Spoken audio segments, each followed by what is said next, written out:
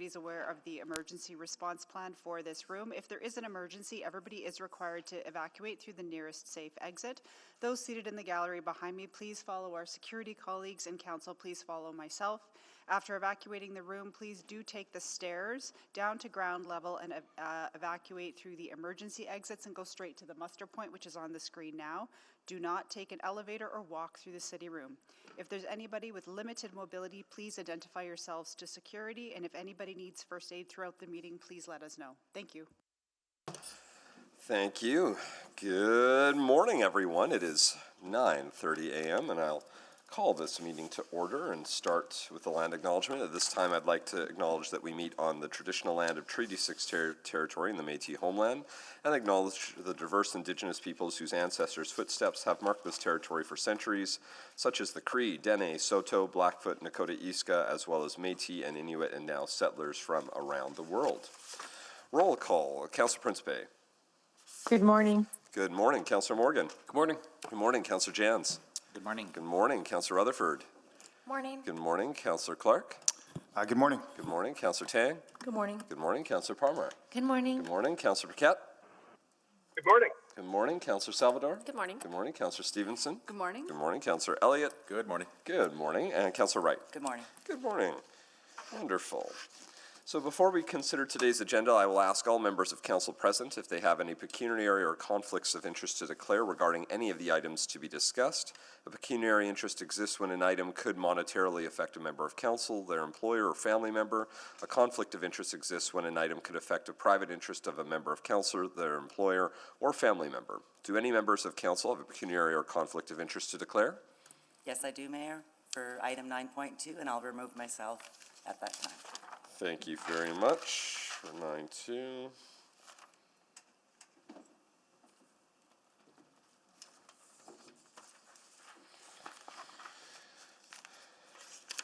Okay, thank you very much for letting us know. And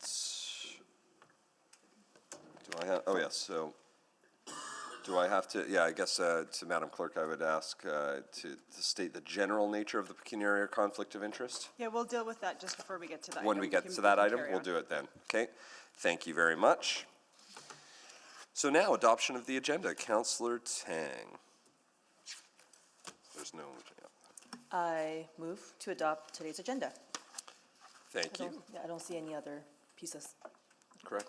Second. Seconded by Councillor Parmar. Please, any questions on the agenda? Not seeing any, please vote on the adoption of the agenda. Yes, Madam Clerk.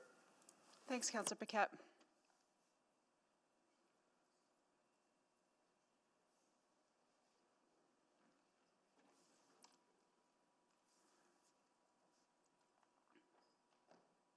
Yes, please. We have all the votes. Thank you, Councillor. Thank you. Please display the vote. And that is carried 13-0. Approval of the minutes is Councillor Salvador. I'll move approval of the minutes from the November 19th, 2025 City Council public hearing, November 24th, 2025 City Council orientation, and the November 24th, 2025 City Council meeting. Second. Thank you. Seconded by Councillor Stevenson. Any questions, errors, or omissions on the approval of the minutes?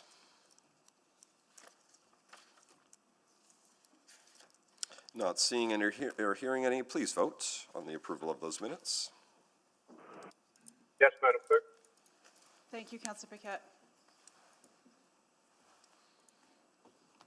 We have all the votes. Thank you. Please display the vote.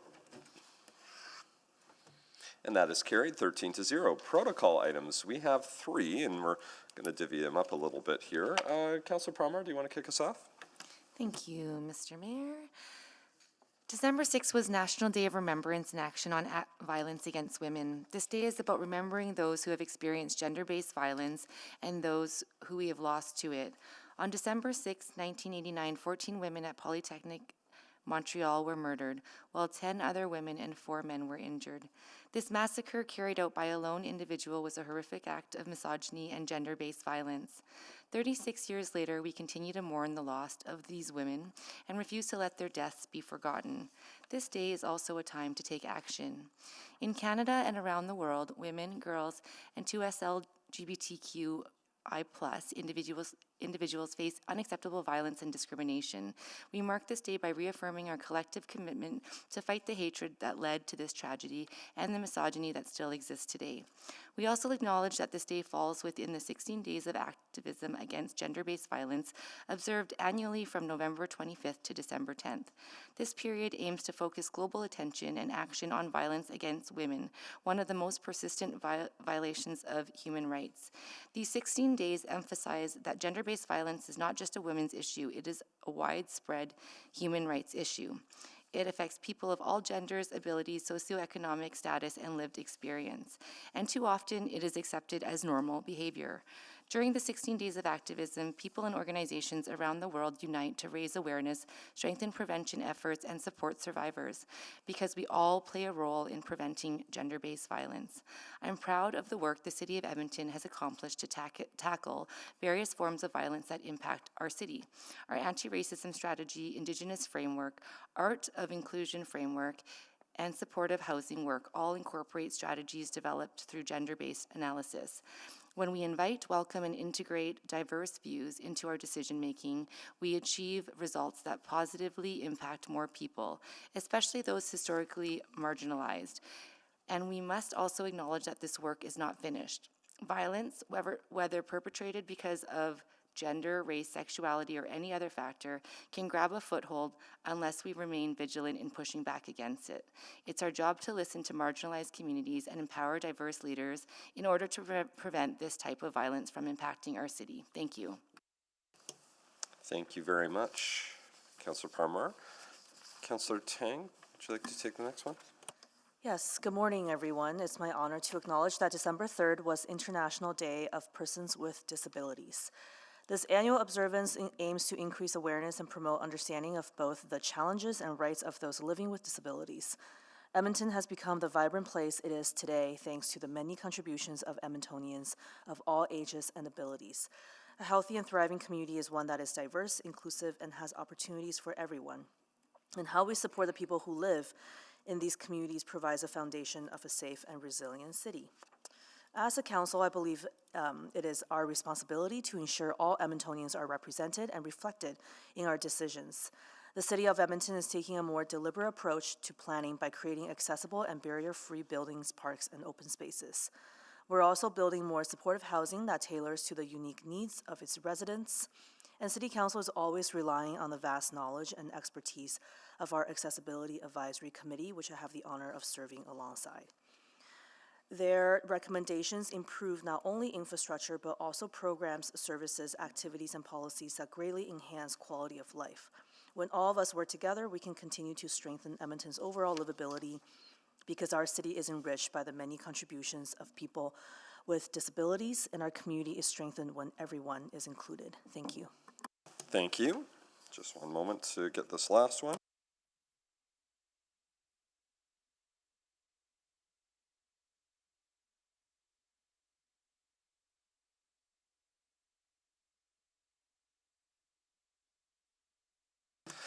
And I have our last one today. So just a few days ago, December 5th is a significant date for Edmonton as it marks the 40th anniversary of the twinning with our sister city, Harbin, China. This partnership was established by Mayor Lawrence Decore and Mayor Gong Benyan in 1985 and has proven resilient and valuable across 4 decades. A sister city bond is more than just a ceremonial agreement. It is an investment in global cooperation, a mechanism to build mutual understanding, deepen cultural connections, and open doors for economic exchange. The Edmonton-Harbin relationship has resulted in tangible, lasting bonds. For example, the 1987 construction of the iconic Chinatown Gate, which was designed in conjunction with the city of Harbin. The ceremonial naming of Harbin Road on 102nd Avenue in Edmonton and Edmonton Road in Harbin. And the support for the community-led projects like the Edmonton Chinese Garden in the River Valley. We've also hosted many delegations from Harbin over the last 40 years, and they have graciously welcomed Edmontonians in Harbin. These in-person meetings have further deepened our connections and understanding. And while Harbin may be on the other side of the world, our relationship is bolstered by our shared identity, and we embrace our northern climates as proud winter cities. We are both provincial capitals and our respective provinces. Alberta and Heilongjiang also share a twinning relationship. As we reflect on 40 years of shared history, we also look to the future. Our spirit of cooperation with Harbin continues with the Chinatown Gate. This iconic landmark was dismantled in 2017 for the LRT construction, and we are honored that Harbin's ongoing partnership has been instrumental in finalizing plans for the design of a new gate. The final design incorporates contributions from both the City of Harbin and Edmonton's local Chinese community, and construction is set to begin in 2026. Edmonton holds the distinction of being the first Canadian city to be a member of the UNESCO Global Network of Learning Cities. Through this network, the city is committed to knowledge exchange and continuous learning, which is reflected through our long-term relationship with Harbin. On behalf of the City of Edmonton, I extend our warmest congratulations and deepest gratitude to our friends in Harbin. Here's to the next 40 years of friendship and prosperity. And those are our protocol items for the day. Next up is selections of items for debate. And please click on Councillor Stevenson. Thank you. I will select 7.3 just for a referral, 7.4, 7.5, and 9.2. And 9.2 you said? Yes. Okay. Okay, that's 7.3 for referral, 7.4, 7.5, and 9.2 for discussion. Anyone else? And I did just mention this before we started the meeting, but it's still well within folks' rights to select 7.1, 7.2, noting that some of the information in that report is older than the information we received at our budget meeting last week. So you're welcome to select, particularly on some of the capital, but I just, in case people were thinking they had questions, they're welcome to click on. Councillor Tang? 7.1, 7.2. Okay.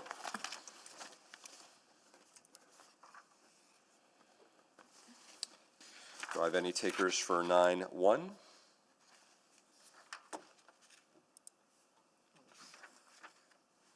Nope. Okay. I'll take a motion to approve all.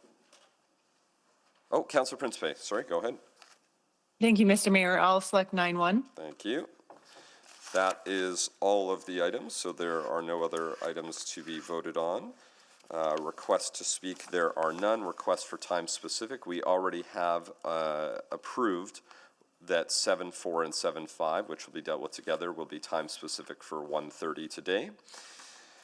So that covers that. There are no bylaws not selected for debate, which next takes us to councillor inquiries. I don't recall getting any notice of any inquiries.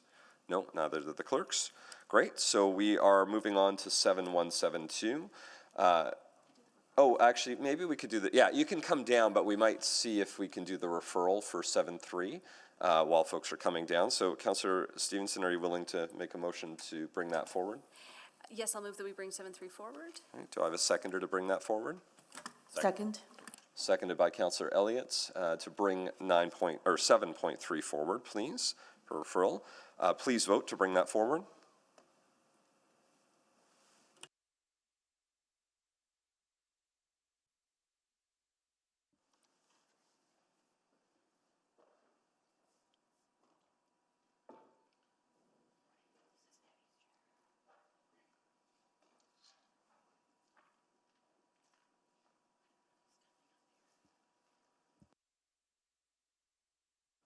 Councillor Paquette? Yes, Madam Clerk. Thank you. We have all the votes. Thank you. Please display the vote. That is carried 13-0. Councillor Stevenson with a referral motion. Yes, thank you. I will move that item 7.3 be referred to the January 21st, 2026 Executive Committee meeting. Oh, I'm Yeah, being sure. prompted that I need a reason for the. Please, Yeah, yeah, or I just- do need that, yeah. Are you just wanting to postpone it to that item? We So could postpone it. postpone it doesn't require an action, but it gets the same outcome. But if you're wanting to refer it, then there needs to be something else to be done. Postponing is great. Okay, so the motion to postpone that item to the January 21st Executive Committee meeting. I think I heard Councillor Rutherford seconded. Do you want to take 2 minutes to introduce why you're looking to make that postponement? Yeah, very briefly, it's a really helpful report, great information. Postponing it to the executive committee meeting would just allow our partners from the WindSphere who are with us in chambers but unable to join in the conversation to be able to speak and provide some valuable insights to the discussion. Thank you very much. Any questions on the postponement? Councillor Rutherford? Yeah, just a quick question on if it's postponed to committee, does that committee have the delegated authority to address any of the options in the report, or would it It'll still? probably need to come back to council, It'll but need you to come can hear back to from the council? public. Okay, and so I guess to administration, is there any concerns from a timeline perspective with Century Place? Councillor, there aren't any concerns in terms of accommodating the future sale. Okay, perfect, thank you, that's all my questions. Thank you. I don't see anyone else on the board for questions, so then I will see if anyone wishes to speak to it.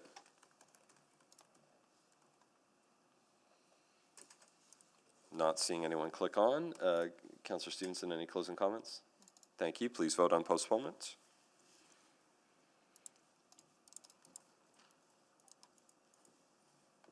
We have all the votes. Thank you. Please display the vote.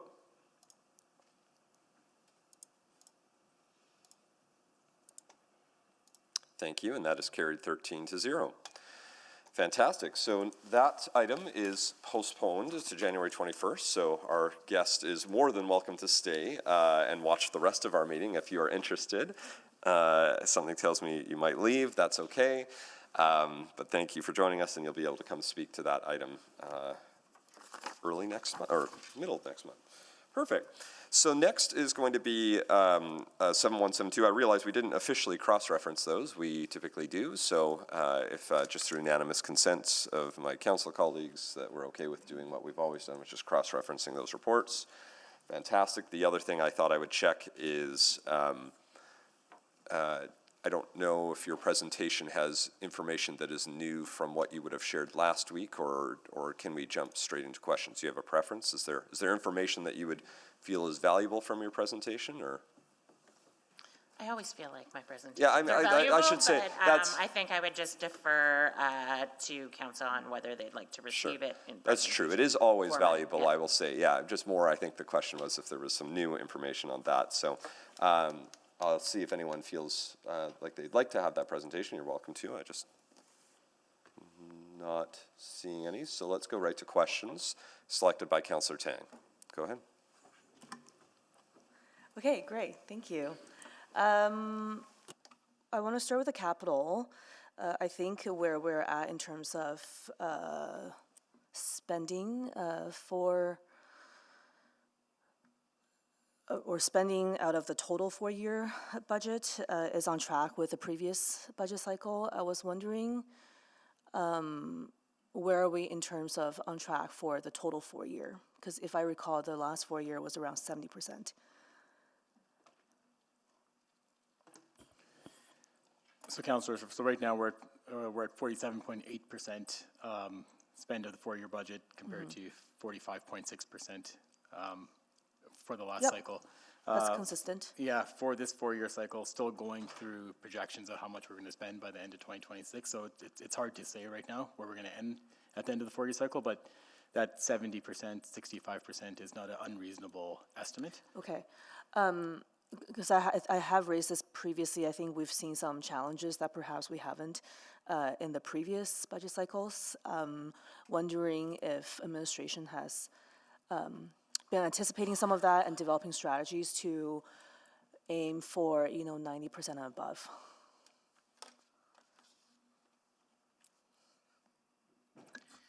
Hi, Councillor. Thank you for the question. I think we always want to make sure that we're being really accurate in our projections of the overall spend on the period of time. I think a couple trends that I can comment on and then ask my team is coming out of the pandemic, there has been significant investments in infrastructure, not only in the city of Edmonton, but across the world, basically. And so I think that ramping up of major capital projects through design and into construction do take time. And I know there's been kind of that competitive cost environment, but I will ask if Pascal or Jason want to comment. Thanks, Councillor, for the question. The chart in page 2 of the report does provide a bit of a year-over-year trend that demonstrates that we have been increasing our capital spending year over year for the last 5 years. And we are currently projecting at the end of this year to be higher than last year, which was our highest CapEx annually on record. So we are expecting to get close to $2 billion annually this year if the last 3 months, which is usually our most highest CapEx for the year, because essentially by that time, all of our summer construction work gets invoiced through the fall. We are expecting that this fall will be another record year for capital expenditures. Okay. Yeah, I'll just, I guess for next year, I'll just probably follow this thread pretty closely, because I would love for us to take every opportunity to maximize. I wanted to ask, I talk a lot about arterial renewal. The profile today, the actual is about, less than 50% of the budget. And there are some major projects. I just want to make sure that everything is allocated and on track to fully utilize. Jason? Yeah, our arterial renewal projects have essentially all been tendered. So we have commitments. This past year, we finished work on 50th Street on the north. I believe there was there was some work in the southeast. I'm trying to remember the location now. I think it was around 23rd Avenue. A large part of our arterial renewal is actually used with some of our catalyst projects. So things like Imagine Jasper Avenue actually incorporate a lot of arterial renewal funding. So those projects are all on track and all committed. Okay. Yeah, so if I can just add, Councillor Tang, Pascal Douceur. So what you're seeing here is that there's a $30 million remaining in the arterial renewal program. It started at 74, and so most of the funding has been pulled out of the composite and into standalone profiles, which is what Jason was referring to. And so we're at 50% spent on the last remaining 30 million, and a lot of it is either going to be transferred through SCBA or spent in the profile in 2026. Okay, great, thank you. I just have one more capital, and then I probably need another round for operating. You talk about that administration is kind of watching the exposure to the volatility and the exchange rate. How do we typically moderate this type of risk and exposure?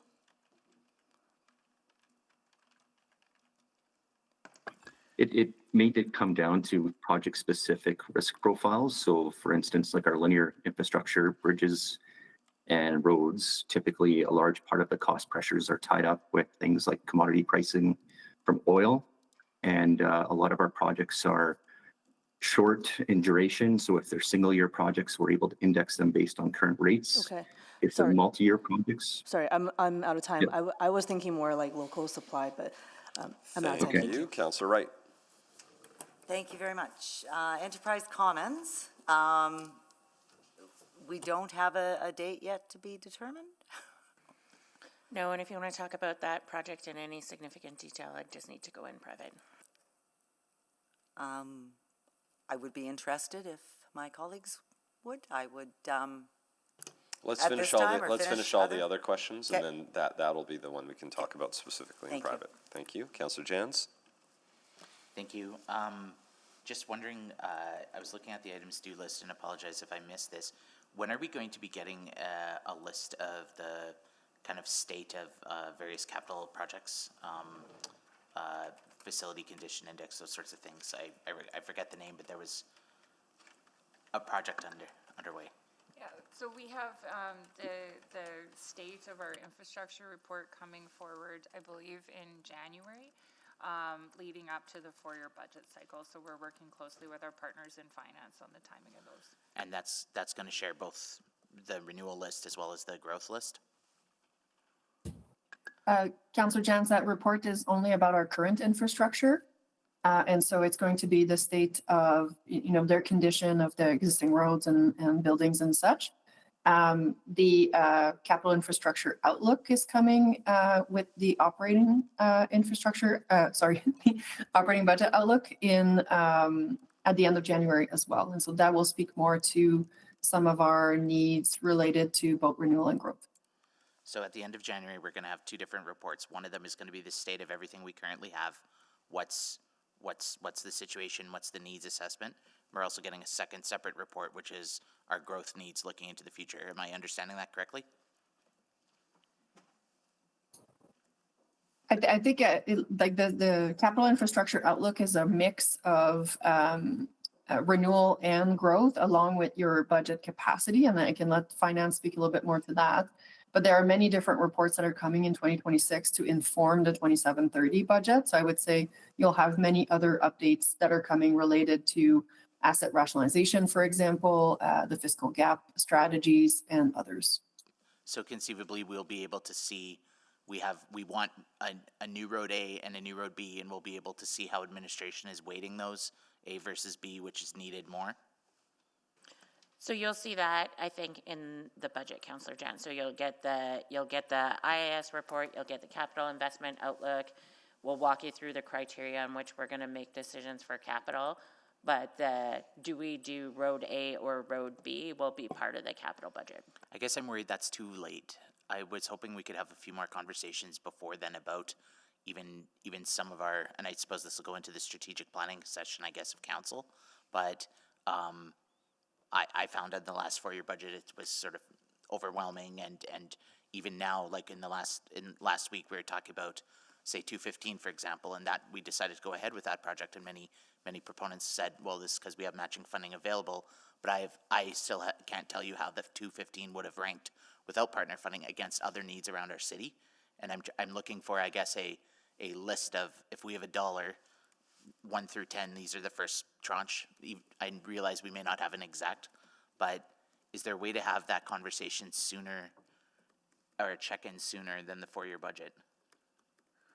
For the roadways? Everything for capital, like admin.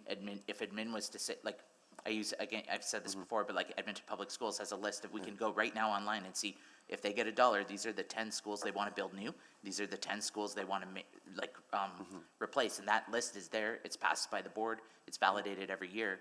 But I can't tell you what our first rec center is that we want to build. I can't tell you what our first rec center is that we want to maintain, and I can't tell you if that rec center is being weighted heavily or higher or lower than, say, a White Mud Drive sidewalk. I think that's the capital investment outlook, but I would look to, Well, no, the capital investment outlook wouldn't necessarily go into that much detail. Councillor, can I take it away and just look at the timeline for what we're bringing in, see if we can pull forward some of the evaluation and the ranking to be disclosed earlier than the budget? That would be wonderful. Thank you so much. Thank you. Councillor Stevenson? Yes, thank you. Just a few quick questions. For the Macaulay renewal, there was a comment about, there's some holdover budget to address minor deficiencies. I just want to understand the responsibility of the contractor for addressing deficiencies, if those costs fall on them, and if so, then, why is there a budget impact on us? Hi, Councillor Stevens and Nicole Wolf, Building Great Neighborhoods. So ours is our costs for things. So sometimes we don't get all of the landscaping in the previous year. So that is our cost to initially install it from that point of view. And then Macaulay has a little bit of leftover work as well. And there is always third-party damage that is appropriate for the city to manage as well from a cost perspective. So we do tend to carry some over after we're done the substantial construction, because there is some small construction that is still left. So it's not necessarily, we need to redo something the contractor did incorrectly. That is on their dime based upon our CCCs and those types of things. So that's what that money is. Okay, perfect. So just so I understand, so let's say some sod is put down, it doesn't take, it ends up needing to be replaced. That's a city cost, like we do the soft landscaping?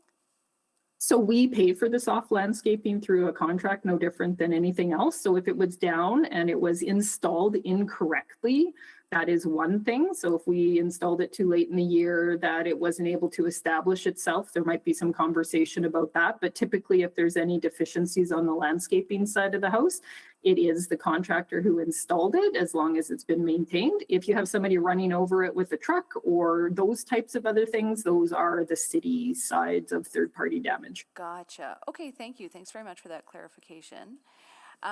There's also something I wanted to touch on in the economic forecast. I don't know if Ms.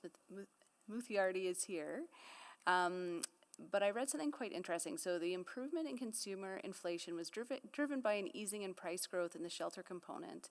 This easing coincided with continued strength in new housing construction, both Edmonton and the CMA, especially for multifamily dwellings, i.e. semi-detached row house and apartments, and within those specifically for rental units.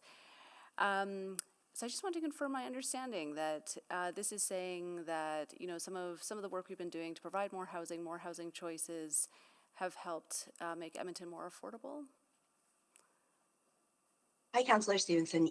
Yes, that's our takeaway from looking at the trends happening at the same time, with the easing in particularly rented accommodation prices, as well as the rapid increase in units under construction, particularly those that are intended for the rental market. Okay, that's really exciting. And then I think I saw as well the lowest annualized consumer inflation in rental accommodation since Q1 2023. So again, sort of seeing an easing up on some of those rental pressures that we were seeing. Yeah. That is our takeaway as well. Great. Okay, just wanted to highlight that good news. Thank you. Thank you. Councillor Clark? Thank you. Yeah, just a couple quick questions on the capital side. I mean, we're obviously doing a really good job on making sure everything's coming in on budget and pretty much on time. But there still seems to be a bit of a public perception that we're not doing that we're continuing to go on overboard. And I guess my question is just, do we have a communications plan around that messaging to try to kind of flip the narrative there? Thank you, Councillor. I do think that's one of our priorities, and working on some of the work we have on traffic, which I think also relates to some of the public frustration with capital projects, and how do we make sure that things flow better next week, working with operations and with our permitting and across the board. I think that is also part of our effort. And I'm also optimistic that some of our big projects are coming to completion this year. So we're opening Horilac Park. We recently opened the fire station number 8. We are opening the Coronation Rec Center and Hemingway Pool ahead of schedule. And so, where we can tell those stories about some of those things, we just had 50th Street overpass open ahead of schedule. And so I think, there's that period of time where everything feels messy and under construction. But as we start opening, I hope Edmontonians can see that progress is happening and some of these things are open and ready to be used. Thank you. And just under economic development, just the housing starts, and sorry if I missed this, if it was somewhere buried in there, but for 2026, do we have any data what we anticipate on housing? Like, is it going to be another 4,000 housing starts? Do we guess that? Do we know what the mix is going to be with the same sort of numbers, about 50% of those being apartments? Hi, Councillor Clark. Yes, we have a forecast. We update our long-term forecast twice a year. And in our summer outlook, what we are forecasting is moderation in annual starts. So what you've highlighted are the total number of housing starts over Q3 2025. We forecast housing starts at an annual for annual figures. And the outlook that we currently have forecasts a 11.4% reduction in housing starts in Edmonton, with a large part of that reduction coming from apartments.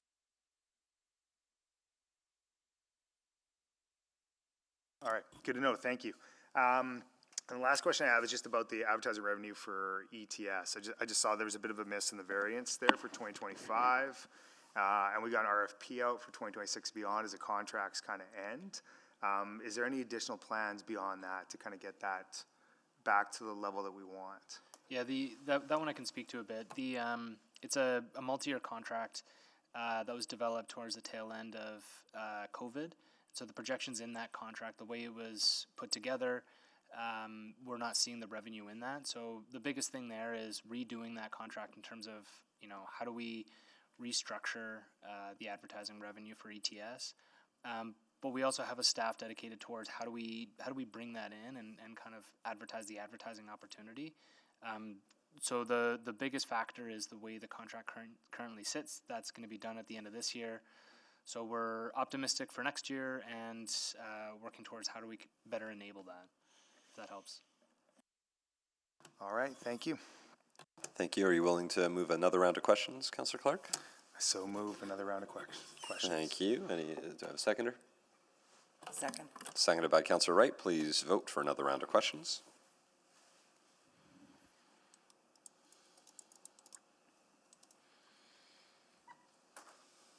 We have all the votes. Thank you. Please display the vote.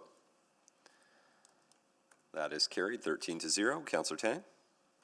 Yeah, great, thank you. I wanted to follow up on the, some of the question here about housing starts, specific with the multi-units. I think for a long time we said we needed more supply in the rental market, but in the economic report, you talk about there was a decline in sales. I was wondering for 2026, and then I think it's like 11% decrease. Are we anticipating sort of that turning tide? And I was just wondering if administration can elaborate on that. Hi, Councillor Tang. That's exactly what we're forecasting. In our outlook for housing starts, we contemplated was the fundamentals that would drive demand, which by and large we're anticipating to ease, and at the same time recognizing the high levels of units that are currently under construction. So some of the factors that will be holding back housing starts from a repeat performance is that we have we have a high level of units that are currently under construction. So as those units reach completion, it'll add supply to the marketplace at the same time as demand winding down. Right. Okay. That's I think I guess I'm also just kind of curious how that would kind of affect the overall housing market, but I don't know if we have enough now to kind of make those forecasts. But I guess just how much should we be worried, I guess, is what I'm trying to ask. Well, may I ask, like, what would be defined as worry in this regard? Some of the projects are under construction. Some of the projects that I'm aware of are not going to start. I'm wondering what's it going to do to rental pricing, etc. Yeah, so our thinking is that as more supply, as units that are under construction reach completion, with those supply expansions coming at the same time as demand pressures easing, that it'll slow the pace of slow pressures on rental prices. In terms of projects that have not yet started, we can't quite comment on that. But what we've seen over the course of the last couple of years is that the residential construction sector has been very responsive to changes in demand. Sorry, switching gears, for the large number of property tax accounts with outstanding balances, I'm assuming this is related to affordability issues, not being able to pay them, but wondering if administration can kind of confirm that.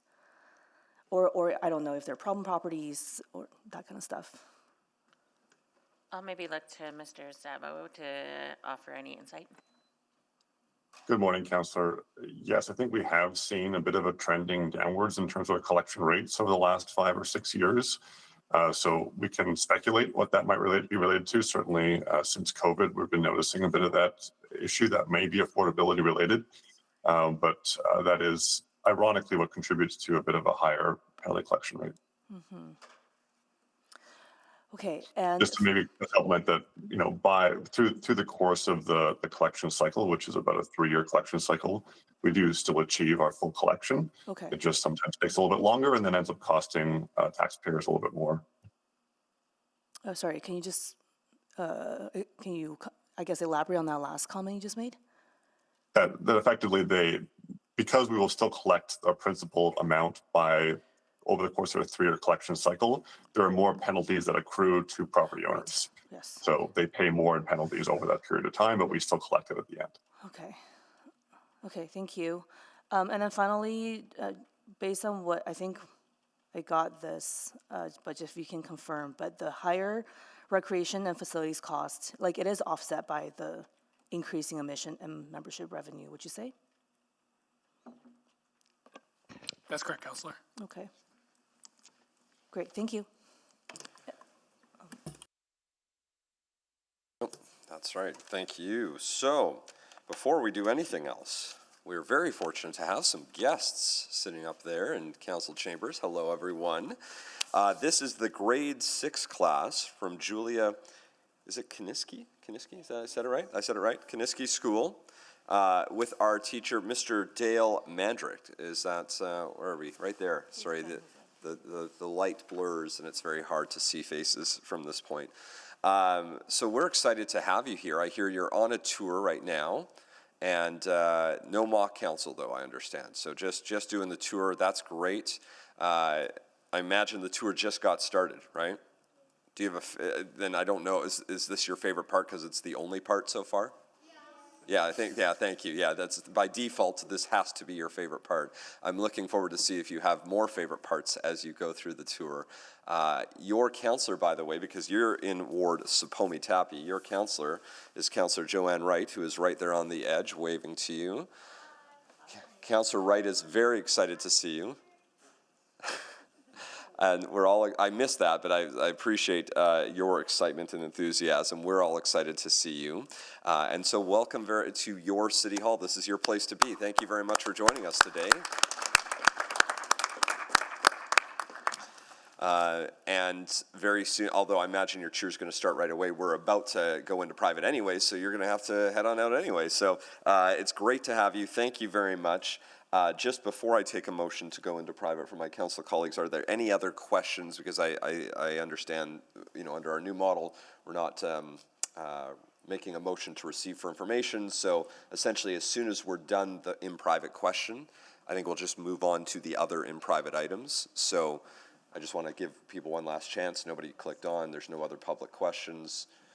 If something happens to arise from the in-private questions, we can always come back into public to do that.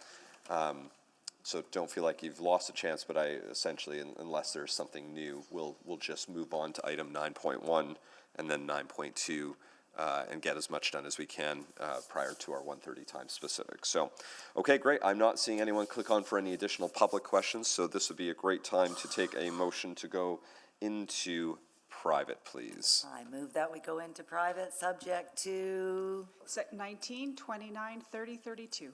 Thank you, of the Access to Information Act. Fantastic. I'll take a seconder. Second. Second by Councillor Morgan. Please vote to go into private, subject to those sections.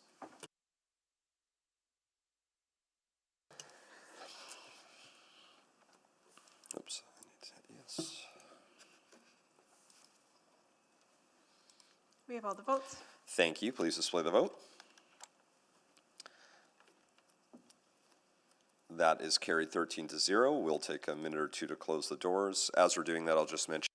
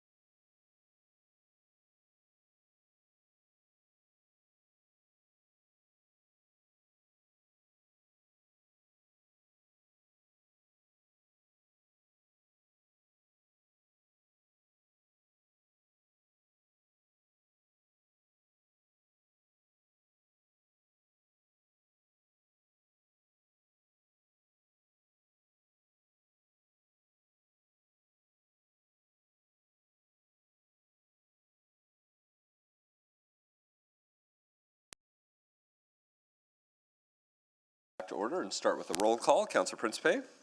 Hello. Hello. Councillor Morgan. Good afternoon. Good afternoon. Councillor Jans. Hello. Hello. Councillor Rutherford. Hi. Hello. Councillor Clark. Good afternoon. Good afternoon. Councillor Tang.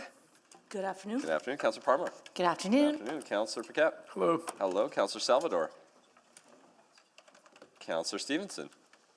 Good afternoon. Good afternoon. Councillor Elliott. Good afternoon. Good afternoon. And Councillor Wright. Good afternoon. Good afternoon, everyone. Okay, so before we do the presentation, because we really essentially have one item of business last, we finished everything, but there are some motions to allow for cleanup. So I think for, which order do you have it in? 7172? If we could do 7172, which is just the motion I put in the chat, please, and then from there we'll go to 91.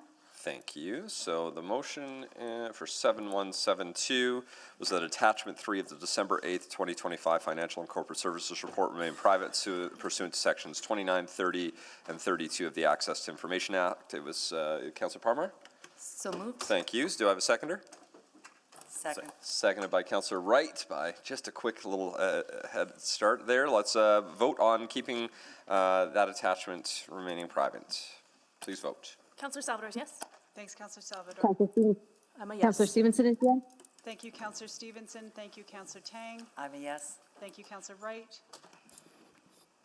Yes. Thank you, Councillor Jans. We have all the votes. Thank you. Please display the vote.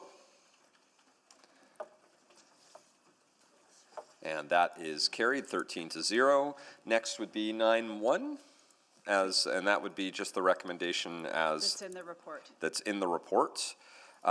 Somebody willing to move the recommendation as listed in the report? So moved. Councillor Parmar moved. Second. Seconded by Councillor Tang. Please vote on that recommendation. Councillor Stevenson is yes. Thanks, Councillor Stevenson. Councillor Salvador, yes? Thank you, Councillor Salvador. Yes. Thank you, Councillor Jans. Councillor Principe may have stepped out of the meeting. Can I Yep, just Councillor Principe confirm had to that you're step away. there? Yep. We'll mark Councillor Principe as absent. We have all the votes. Thank you. Please display the vote. And that is carried 12-0. For 9-2, I believe, I think Councillor Wright had something she wanted to say before yep, she steps Councillor out. Wright, please. Go ahead. Yes, so I have a pecuniary interest because of a small financial connection to the entity, so I will remove myself. Thank you. So Councillor Wright will step out there. Now we will take, I think, the motion. Let's see who selected that. Councillor Stevenson. 9-2. There's no 9-3, but 9-2. Oh, we didn't resolve this. No, we're going to go back into. Oh, sorry. Okay. I thought my fault. Okay, then we have not resolved that yet, so I guess we'll be coming back to that. So we'll just get Councillor Wright back into the room here.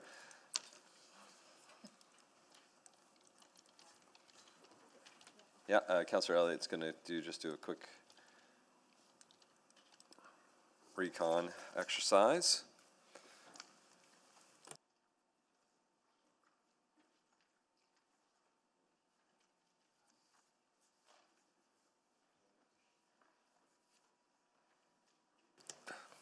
While Councillor, there we are. So before we move into the presentation, we are fortunate to have two schools with us.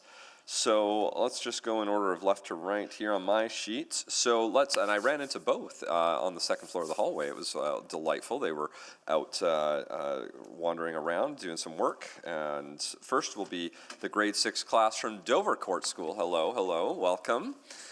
And their teacher, Dee Gerberski? Miss G. Yeah, that's good. How do you actually say it, just so I know? Gerberski, I think I said that right, so there we go. Ward Anilnik is your ward, and you're represented by Councillor Aaron Rutherford, who's waving at you right there. And they are City Hall School, and so this is day one, just getting started. So they have not started any mock councils or anything yet. They're just getting the first day. They're getting their feet wet. So excited to hear about your journey over the next few days for City Hall School. So thank you very much for joining us, and hopefully once you've had a mock city council, we can come hear about that maybe. So Does that sound good? Excellent. Well, let's welcome them first of all. Thank you very much for being here. Now, we also have just behind them another grade 6 class from Mayo Cumin School in Ward Garheo. Your counselor, Counselor Karen Tang, waving at you there.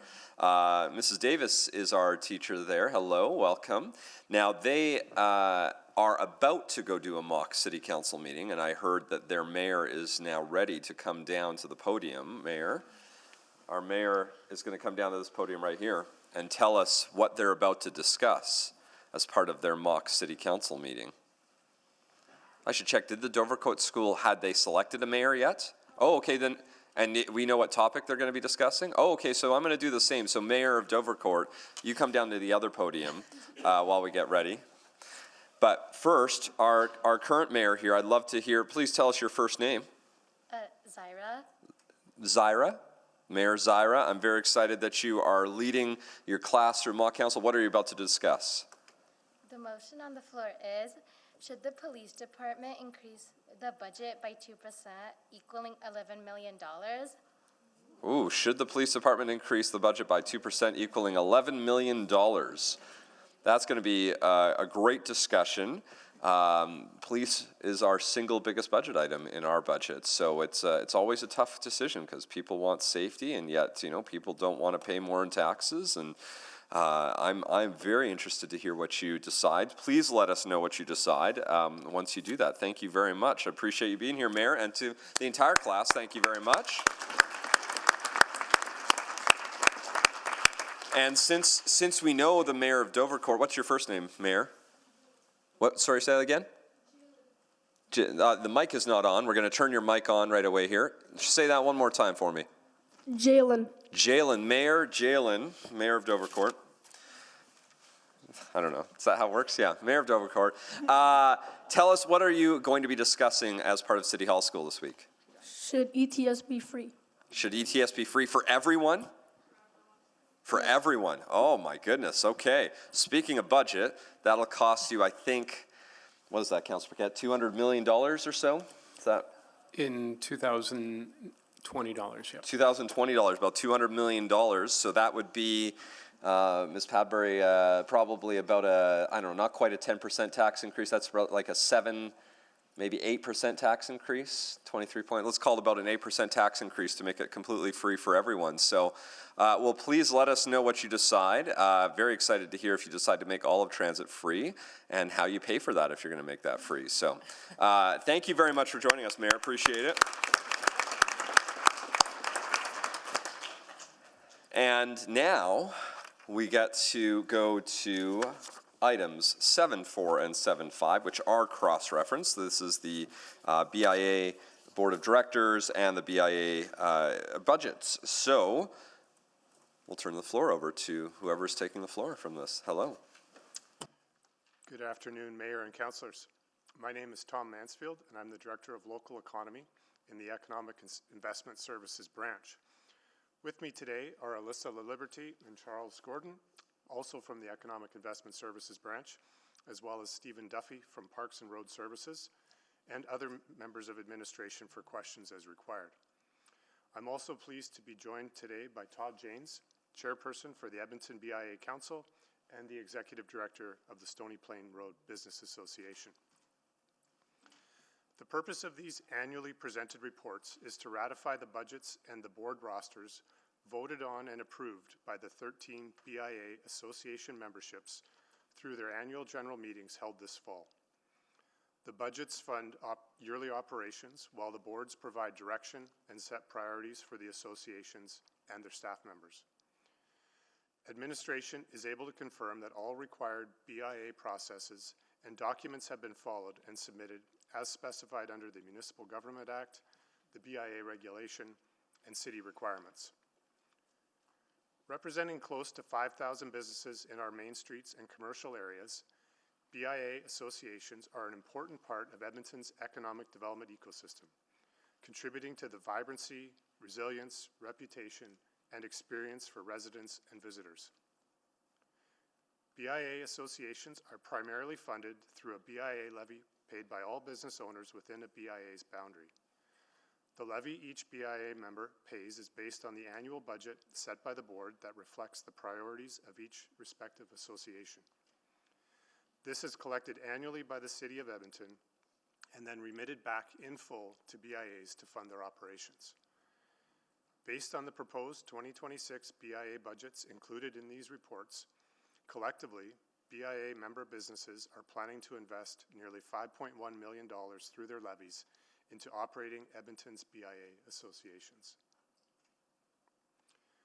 As part of approving the budgets, we draw your attention to one unique aspect specific to the Alberta Avenue Business Association. This BIA is seeking council approval to borrow up to $100,000 to purchase equipment. This equipment is required to provide an enhanced snow removal service for their members through its already established Street Teams service in partnership with the Alberta Avenue Community League. A project description, including confidential loan terms, has been provided in Attachment 15.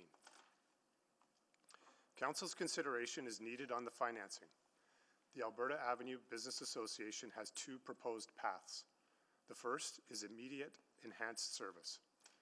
Approve the loan as included in the Alberta Avenue Business Association budget, Attachment 3, allowing the association to purchase the equipment and begin the enhanced service immediately. The second option is delayed service. The Alberta Avenue Business Association will transfer member levy funds into a reserve to save for the equipment over roughly 5 years, offering a limited service with manual equipment in the interim.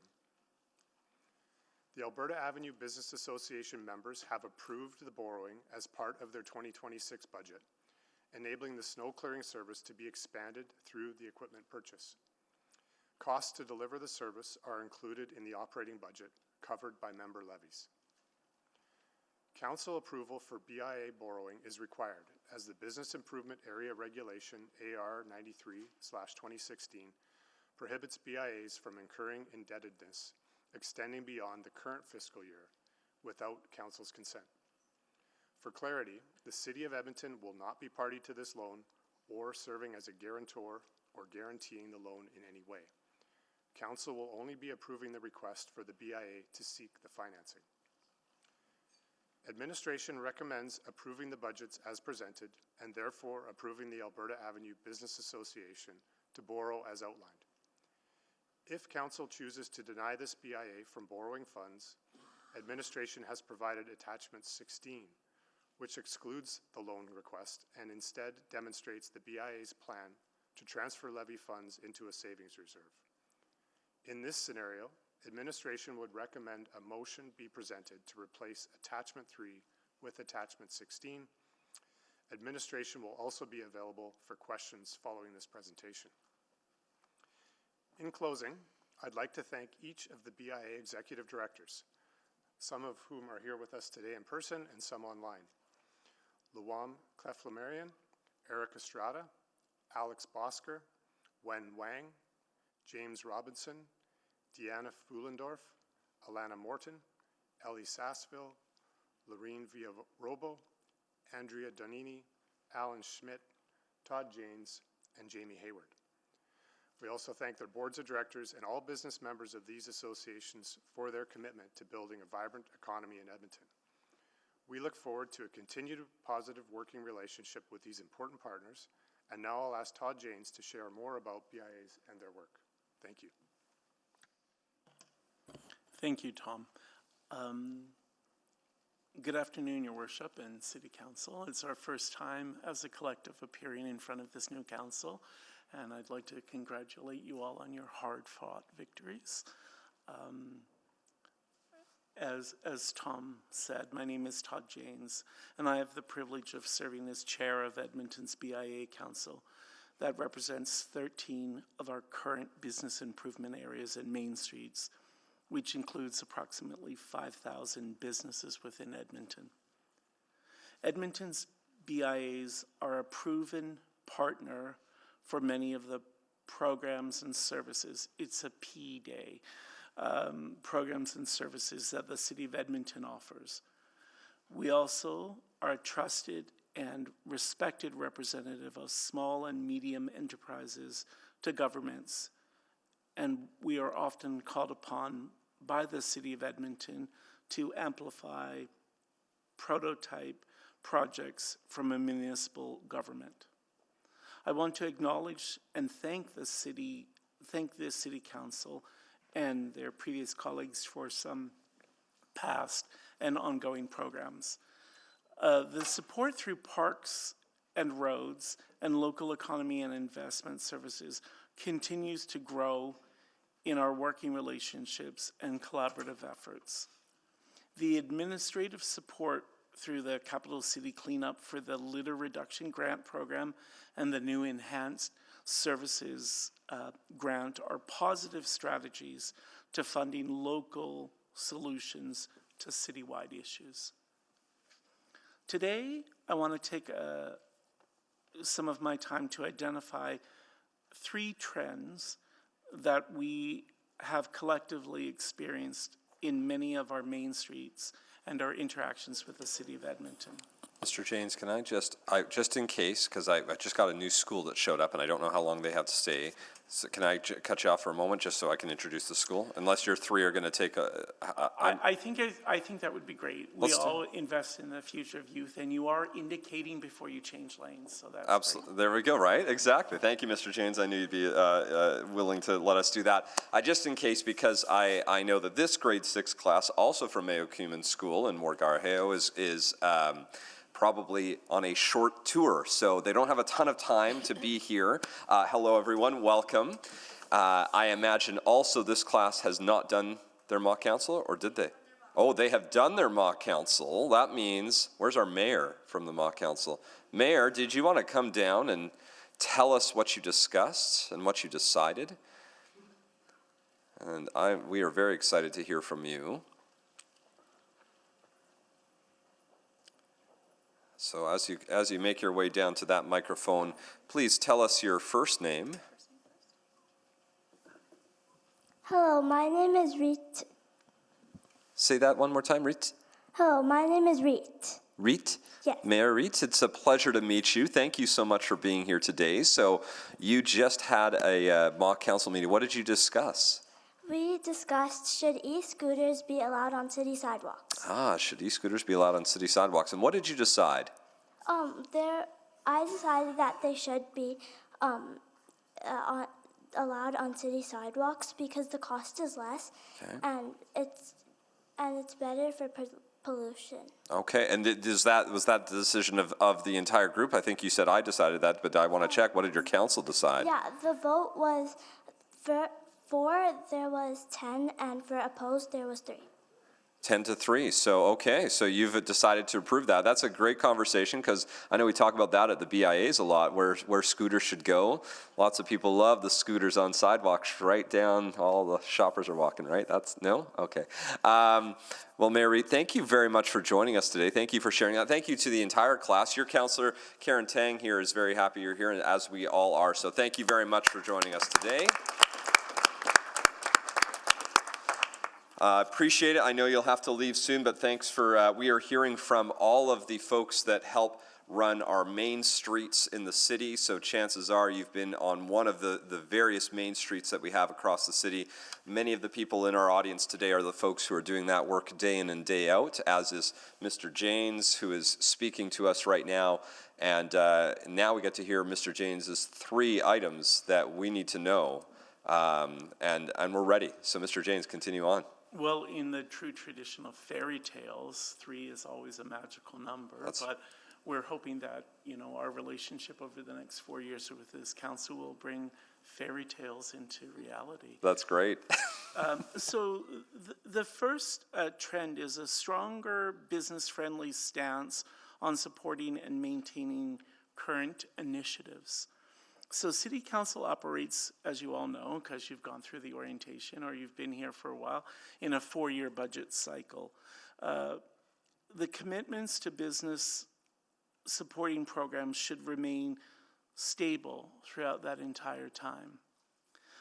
Over the last year, we've experienced some ebbs and flows, as many are, but I think our boards of directors and our BIAs look to some greater stability when we're budgeting over many years. The consistency allows BIAs to plan effectively and maintain stability during council's tenure. As I said, we've seen changes with the previous council that have had significant, and I would say negative, impacts on local economies and business-friendly environments. Council and administration chooses support with one hand and then takes away with the other. And I would say just recently, you made a great decision to support Explore Edmonton, but at the same time, we're not planting flowers in many of our areas. So Explore Edmonton is doing the job of bringing things to Edmonton, and then we're not really providing great opportunities to showcase how great Edmonton is or how good it looks. Now I've lost my place, dreaming about the future. I think also when we're looking at the operational areas that the city is shouldering the burden of costs, that to have economic development have a greater benefit than those investments should be maintained or supported. Otherwise, why invest if you can't maintain those investments? I also feel that our second point is proactively protecting our investments by continuing commitment to city plan. The work done to establish priority growth areas and enhance diversity, enhance density, and also diversity, one would hope, and transit-oriented development are welcomed. However, without ongoing support to main streets and BIAs in these areas, the city is not protecting and nurturing our city investments. There needs to be a stronger finance and organizational commitment to building together with private industry to create places to gather, celebrate, and linger longer. The effects of social disorder are still major impediments in operating and maintaining businesses in our city. And public safety and community well-being ensures that the commitment of an ongoing BIA Enhanced Services grant is a solid foundation. Yet several programs have been reduced by City Council, so building on that foundation to further enhance beautification and placemaking are now necessary. If the city is not providing these services directly from administration, then it needs to develop pathways for social enterprise and industry to provide these services and not block further possibilities around that. Our third point is around support efficient business operations with an economic lens to ensure that businesses, licenses, fire inspection, development permits, and many other administrative requirements are reviewed and issued promptly to minimize delays in supporting business growth. Consider the economic impact of all decisions that affect business districts to ensure policies and initiatives strengthen rather than hinder local economic development activities within these districts. An administration that works to prepare as administration works to prepare budget packages for 27 to 30, we would request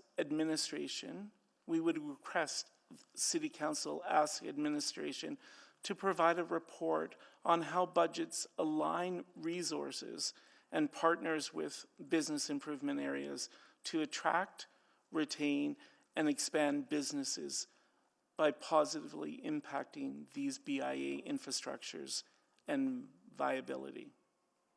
We would also like to request direct BIA support positions to be identified in taxation and assessment. Ms. Padbury is here today too. I'm a big fan of hers. similar to like. We all say that about the person that controls the money. Even when she's not in the room, I say that, though. She was the one that let us in today. It was great. So we would like to ensure that the collection of business licenses, specifically in BIAs, is better monitored, administrated, and coordinated. Finally, I want to, Mr. Mansfield did this, but I want to acknowledge all of my colleagues in the room as well. Some of them have brought their board presidents who've taken time out of their busy enterprises to be here. And if you do have questions, I'm sure myself or all of my colleagues would be more than willing to answer those for you. Thank you for your time. Thank you very much. So now, questions. We have, I know this was selected by Councillor Stevenson, so we'll go to Councillor Stevenson first. And I should, we can ask questions of both our guests, Mr. Janes on the BIA side, but also of administration. So you're welcome to ask questions of both folks. They're all part of our delegation here. So. Yeah, well, thank you very much. Really appreciate everyone being here today and for the work that you all do throughout the year. Wanted to touch on a few of the points that you raised in your presentation, because I think this is a good opportunity to talk it through. So just in terms of some of the new fees that have been proposed, so I'm thinking particularly of the patio fees. I guess I'm hoping for greater clarity on whether BIAs generally, is it sort of looking for there to be no fees or just more understanding of how those fees are set and more discourse around that? Councillor Stevenson, I don't know if specifically you're referring to James Robinson from EDBA's letter that was sent to you. So certainly if Mr. Robinson has anything else to address to that. Yeah, I'm also, sorry, just to, can we pause your time? I'm wondering, is it okay, since we have some of our guests from our BIAs, I know some have come down, can we just have them come and, yeah, let's have our, that way if you have a question of a particular BIA, we don't have to go through Mr. Janes, although I'm sure he's happy to talk as the chair of the BIAs, but we might as well bring down all of our guests. Can you do it, Councillor Knapp, like you're the announcer on The Price is Right? I was debating it for a brief moment, and then I thought that would be a terrible idea for me, so I'm not going to make that bad life choice. As everyone's coming down, there's some of our other guests are online, I believe, as well. So just so you have the entire contingent, you're welcome to ask questions of. If there's not enough seats there, there's a few. Yeah, perfect. All right, your time was paused, so go ahead. We're still good. Thank you. Yeah, over to you, just in terms of thoughts on how we move forward. Thank you, Councillor Stevenson. Just a brief congratulations to everyone on the recent election. We are very much looking forward to aligning interests of our business community, the province, the feds, and our Indigenous partners going forward. So just a quick note about that. Again, congratulations. On patios, we're seeking something very specific. And that is, first of all, to suspend the fees that are now proposed, which is midway into the agreements. So, and those are fees for traffic control materials. In approaching our business members, it became apparent that the appetite and the margins for the restaurateurs is so slim that any fees right now are deemed to be detrimental. There's some things that could be looked at further, though. Also, like the charging of traffic control materials, the barriers and all that, we're seeing those as sunk costs. Those materials have been purchased already, so to be charging for those materials that have been purchased in past years might not be all that fair, we wonder. And to be charging annually for that becomes a repetitive cost. There's also a request for patios to be removed in the spring for servicing and cleaning and maintenance, and that comes at a big cost for restaurants with boardwalks and the like, requiring crane trucks and other equipment to move them. So maybe a little bit of a different thought would be to potentially schedule it at the start of a new license agreement in 2027 when there's a new program. And on that, we would suggest that any new fees be in the context of a new program starting in 2027 after current licenses expire, and that there be engagement with the restaurant community for co-designing that. So I think those are the comments that I just want to share. Yeah, thank you. Did anybody else want to weigh in or add to those comments? No? Okay, yeah. Eric Estrada from Alberta Avenue Business Association. In our end, some of the patios that are added into our district there are also traffic calming measurements, not just profit made it. Actually, some of our business owners don't make money on the patios. They really just to add vibrancy and encourage community to use our main street more and walk. I think just quickly, Councillor Stevenson, as you know, this was a council initiative that administration is responding to, and because of the lack of some other photo radar funds, it's limited. We just found out about these fees a few weeks ago, so we're already almost into our new budget cycles.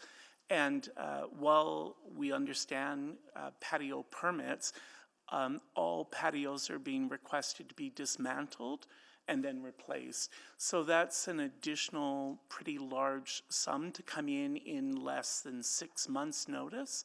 So certainly EDBA's letter and Mr. Robinson is looking at providing administration to provide a more humane and economically viable alternative than to say, come April 1st, you'll have to pay X amount of dollars and you'll have to dismantle all of your patios, store them somewhere else and bring them back. Perhaps some more time is needed for administration to look at how they might do that throughout the city in a district by district way, rather than sometime by March. Sorry to cut you off, Mr. James. I know we're over time. I'm pretty strict on the time, so, but I think that topic is going to continue. There might be other questions. Councillor Paquette? Well, thank you. And Todd, thanks for your pleasant presentation of powerful perspicacity, outlining potential possibilities. That was three sets of P's. That's a P3. Okay, so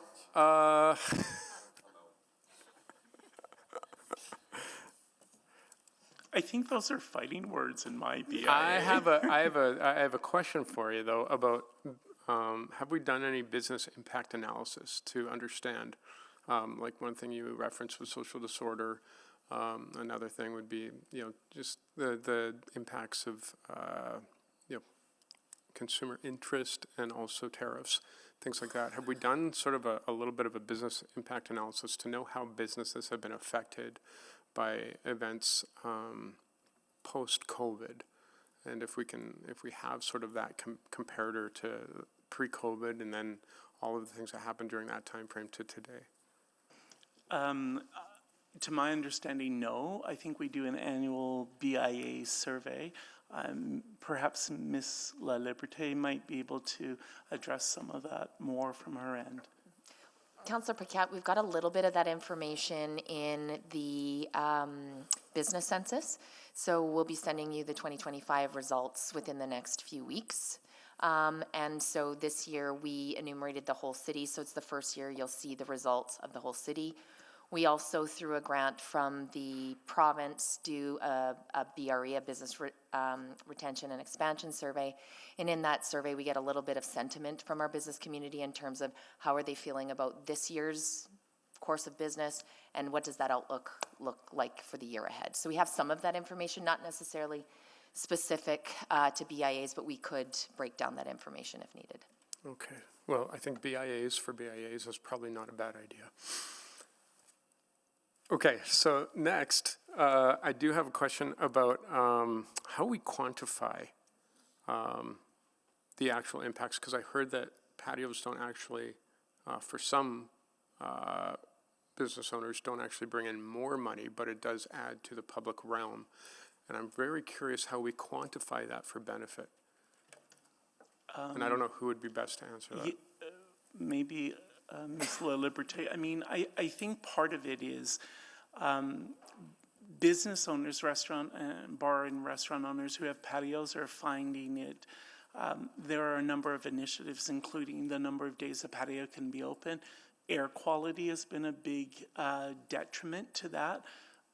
Some businesses have the opportunity to expand their seating capacity by up to 50%. But with air quality days and smoke and impacts on weather and changes, it's certainly limited. Todd, if I may just add to that as well, we are seeking to, co-design a program for 2027 when all the licenses happen. And, right now our perspective is that the operational area within Parks and Roads is carrying the burden for, paying all the costs, but there is an economic development aspect to it. So, we're looking for a cross-city, cross-corporation kind of approach, and to understand the economic impact, because for some it's putting a patio out for beautification, eyes and ears. Some people do have a business model with that. Others, it's trying to do the right thing, trying to add to vibrancy, even though for a lot it's a bit of a lost leader kind of thing. So I think that economic development aspect needs to be developed, and 2027 is the great time to look ahead for that. Okay, interesting. Yeah, I think that would be very interesting to find out. Do we have to invent this whole cloth, or can we look to other cities who have sort of viewed this as a loss leader doing something similar, or is it maybe not a loss leader? Maybe there is a balance to be had there where everyone kind of wins out of this. Well, there are other agencies within the city of Edmonton that may have some access to data. Maybe Explore Edmonton might be one of them. That would be a partner around that. I was just going to say, Caitlin, if you're on the line, is there any commentary you have from other jurisdictions in your work related to the program? I'm right behind you. So happy to provide some details. We have talked to folks in Calgary, Vancouver, and other municipalities where they have different models, whether it's funded through the BIA specifically or through cost recovery with the municipalities. Great, thank you. Councillor Salvador. Yeah, thank you, and thank you so much for the excellent presentation and for all the work that you folks do to support our local economy every single day. I wanted to pick up on a few points that were mentioned. I think it was shared sort of this idea that if the city isn't necessarily going to be providing certain services, they need to empower social enterprises to take them on. Really appreciated that point, and it kind of bridges over to I think what it sounds like Alberta Ave is trying to do as well, and sort of stepping up as it relates to snow clearing. Is that the idea? I guess is to be open to those kinds of opportunities. Yes and no. I'll give you a rather specific example this year, and then I'd like Eric to address some of that as well. So a few weeks ago, we knew that cost sharing for watering of plants and hanging baskets and BIAs were going to change. We were aware of that. I believe currently the rate is $65. And this year for cost recovery model, it's $290 per hanging basket or per planter in BIAs, just for the watering service provided by the City of Edmonton. And originally, we were informed that there would be no other option around that because it is right-of-way, it is in city land. Certainly, Ms. Zabritsky and her team have been really great in finding solutions in a really difficult time, but the city can't say, you can't do this, only if you work through us. Another example we lost was the electrical boxes and decorative sidewalks. So those are certainly small impacts small investments that have great impact in our communities. And that service was eliminated, and it wasn't put to tender to anyone else. So no one else can wrap electrical boxes, and the city isn't doing it. So when these pathways end, I think there should be an obligation to provide pathways for alternative methods to that, or to not stop doing them. And I can say that because it's vague and naive, but I'm going to ask Eric if he'd like to talk a bit about his initiatives. Thank you, Todd. I think it is part of the some of the reduction of services that we see from City Council through their administration, that our members are reacting and asking what can we do ourselves without waiting for the big province, I mean the city, to come in and do the work that we want to see in our streets. And our board is keen on making sure that we take all the powers that are granted to us through the bylaw that you empowering us with, and we're going ahead and cleaning in our districts and making them beautiful and welcoming to everybody. So it is sort of, and not really too. Yeah, okay, that's really helpful, and I appreciate you adding some of those examples in just to make it a little bit more tangible around what that means, and that if certain pathways are going to be changing or closed off, that there should be an alternative provided.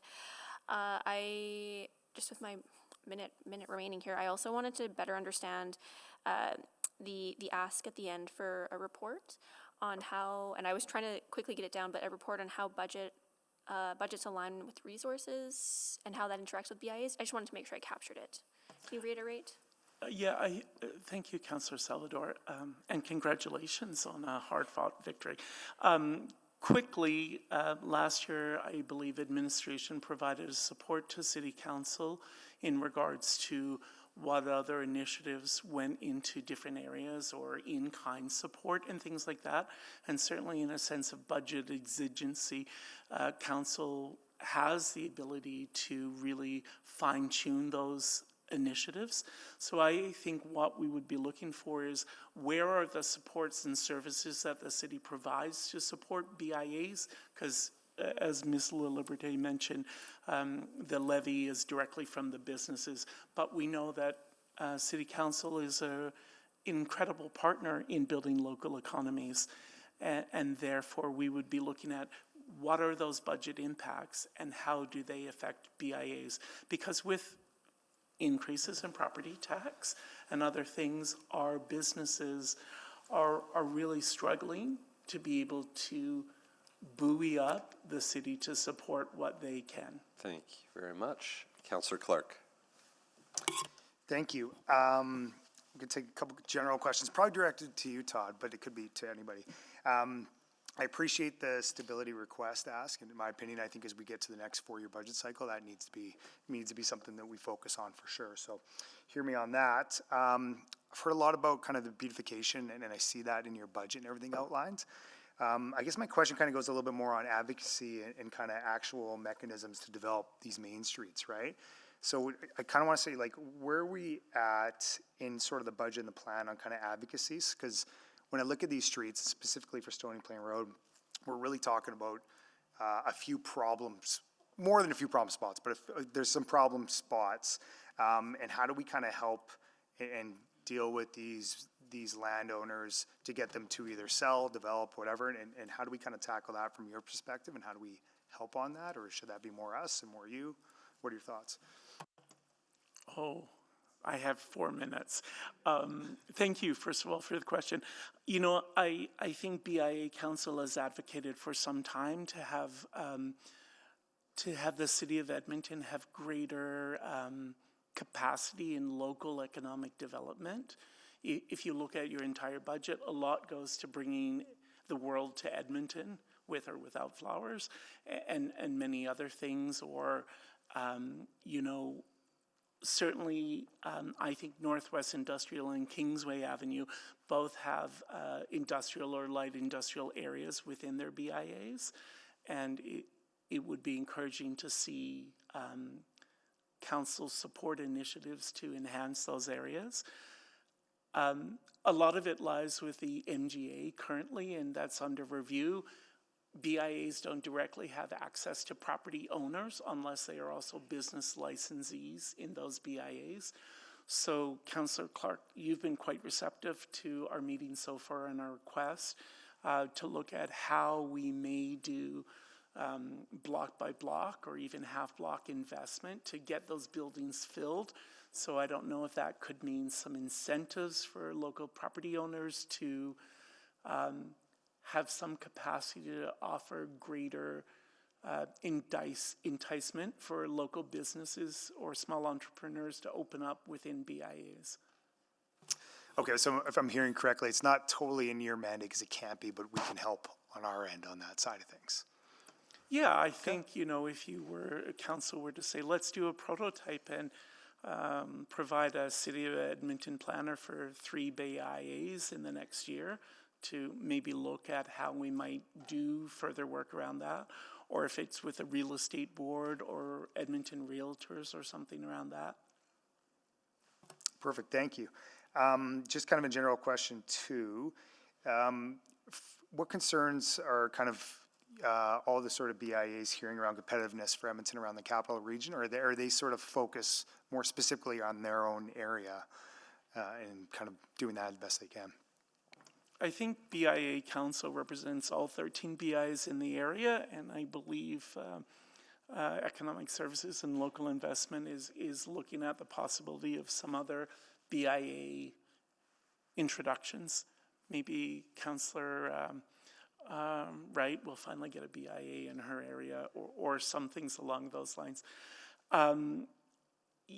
You know, I think BIA Council has been speaking with a pretty unified voice for the last 6 years. We represent more businesses than, say, our colleagues at the Edmonton Chamber, although they're doing a bang-up job in membership recruitment. So I think BIAs are always willing partners to work with the City of Edmonton. Okay, but not any specific competitive disadvantages that we may have here versus other BIAs and other municipalities, I guess is kind of the question I was getting to.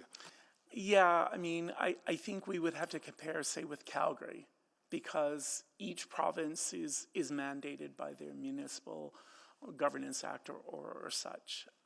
So, you know, I think if we identify main streets and BIAs as the place where people gather, shop, and spend money, then City Council and municipal government should be supporting those investments by enhanced beautification, infrastructure renewal, and looking at perhaps district plans for each and every one of the BIAs like the previous council did with White Avenue. Thank you. Councillor Morgan. Actually, I have questions citing private info. Wondering if we can make a motion to go into private. Okay, we'll finish all the public questions first, and then we'll do that at the appropriate time. So. Okay, thank you. Okay, yep, that's great. Councillor Jans. Thank you. So, apologies, I'm new. The provincial government is reviewing the BIA regulations right now, correct? And currently, the status quo is if you have a BIA and there's 8 businesses and 4 vacancies, the only ones paying into the BIA are those 8 businesses. It's a business tax, am I correct? You are correct. Current legislation is the business's tax and not the property owner. Right. And so if a new business goes into one of those 4, they would then become a contributor to the BIA. Sure. And then, but if not, if somebody goes out of business or if there's vacancies, those vacancies are not contributing. They're still experiencing uplift from the avenue. They're still experiencing support.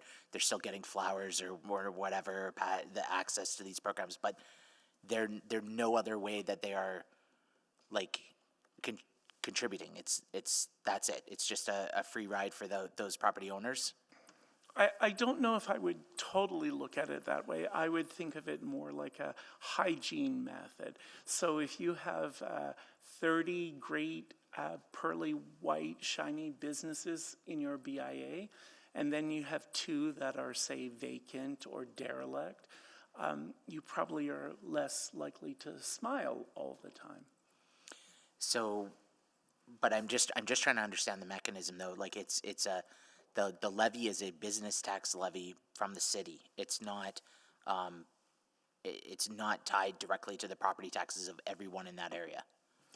Correct. So as Councillor Jans, because this is your second term, congratulations. BIA levies are set by the Board of Directors for each individual BIA. Then they're hopefully approved or reviewed and augmented at our annual general meetings. And then they come to big daddies, big mamas on council for final approval where we are today. So then taxation takes whatever our big number is for that year, and they use their secret formula like Colonel Sanders, 11 herbs and spices, and they come out with a coding. And each BIA, most BIAs in our city have a minimum and a maximum that they can pay. So even if you're not like a participating, like if you're a business in the area, but you say don't go to the festival or something, you still are paying for the BIA. Yes, it's a collective thing. And it's a required thing. Like if you don't pay it, you're in arrears to the city, right? Yes. Okay, so I believe council has taken an advocacy position in the past, I'll have to ask admin, that everyone in the area should be paying, should be part of it, based on a property owner model, not a business owner model. Is that my understanding? It's a business owner model. And with the legislation, there are certain businesses or practices that are exempt, whether they're nonprofits or certain types of business services. But I believe the position to the provincial government, if, Premier Smith calls the mayor, the position has been that we think, no, we haven't had a position on it. I guess that's where I'm. We've had conversations on it, Councillor Jans, to this end, but we have not taken a firm position with the province on this one. And why is that? We haven't had the direction to move forward in that way. So has the BIA council taken an advocacy position? We have. We would support that going to property owners, or if that isn't possible, we would look at a hybrid model around that, so that then the people who would pay that levy would be the property owners. And if that wasn't possible, then we have requested a hybrid model. Councillor Jans, what we have asked for is the ability to have either option in the legislation. Right now, we're only able to levy business owners, and we have asked the province to add in the ability to do property owners.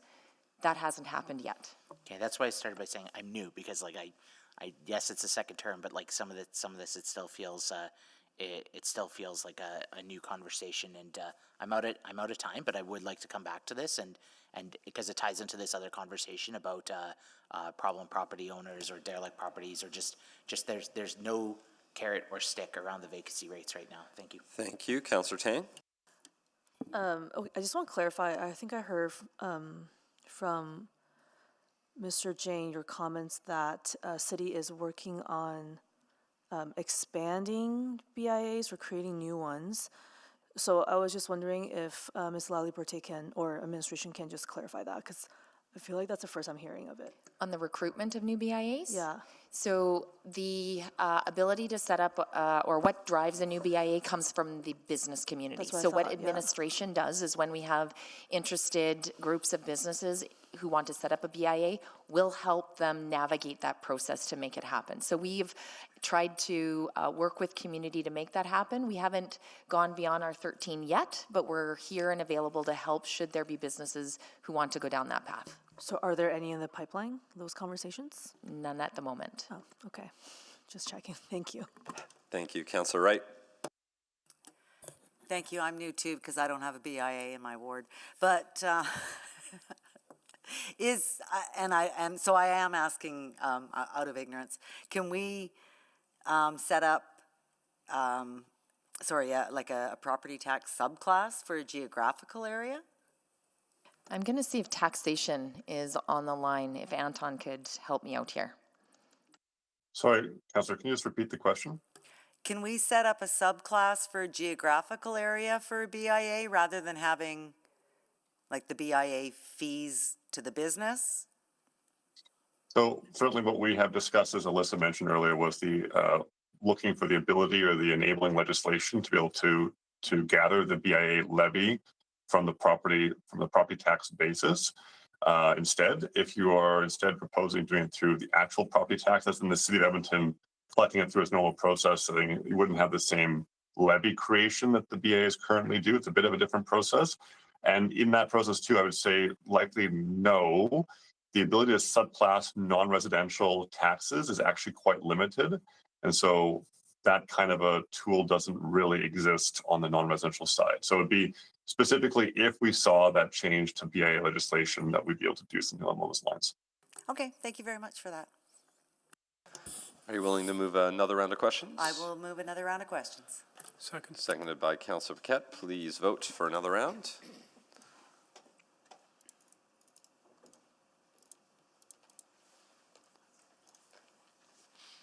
Councillor Principe is yes. Thanks, Councillor Principe. I'm a yes. Thank you, Councillor Palmer. We have all the votes. Thank you. Please display the votes.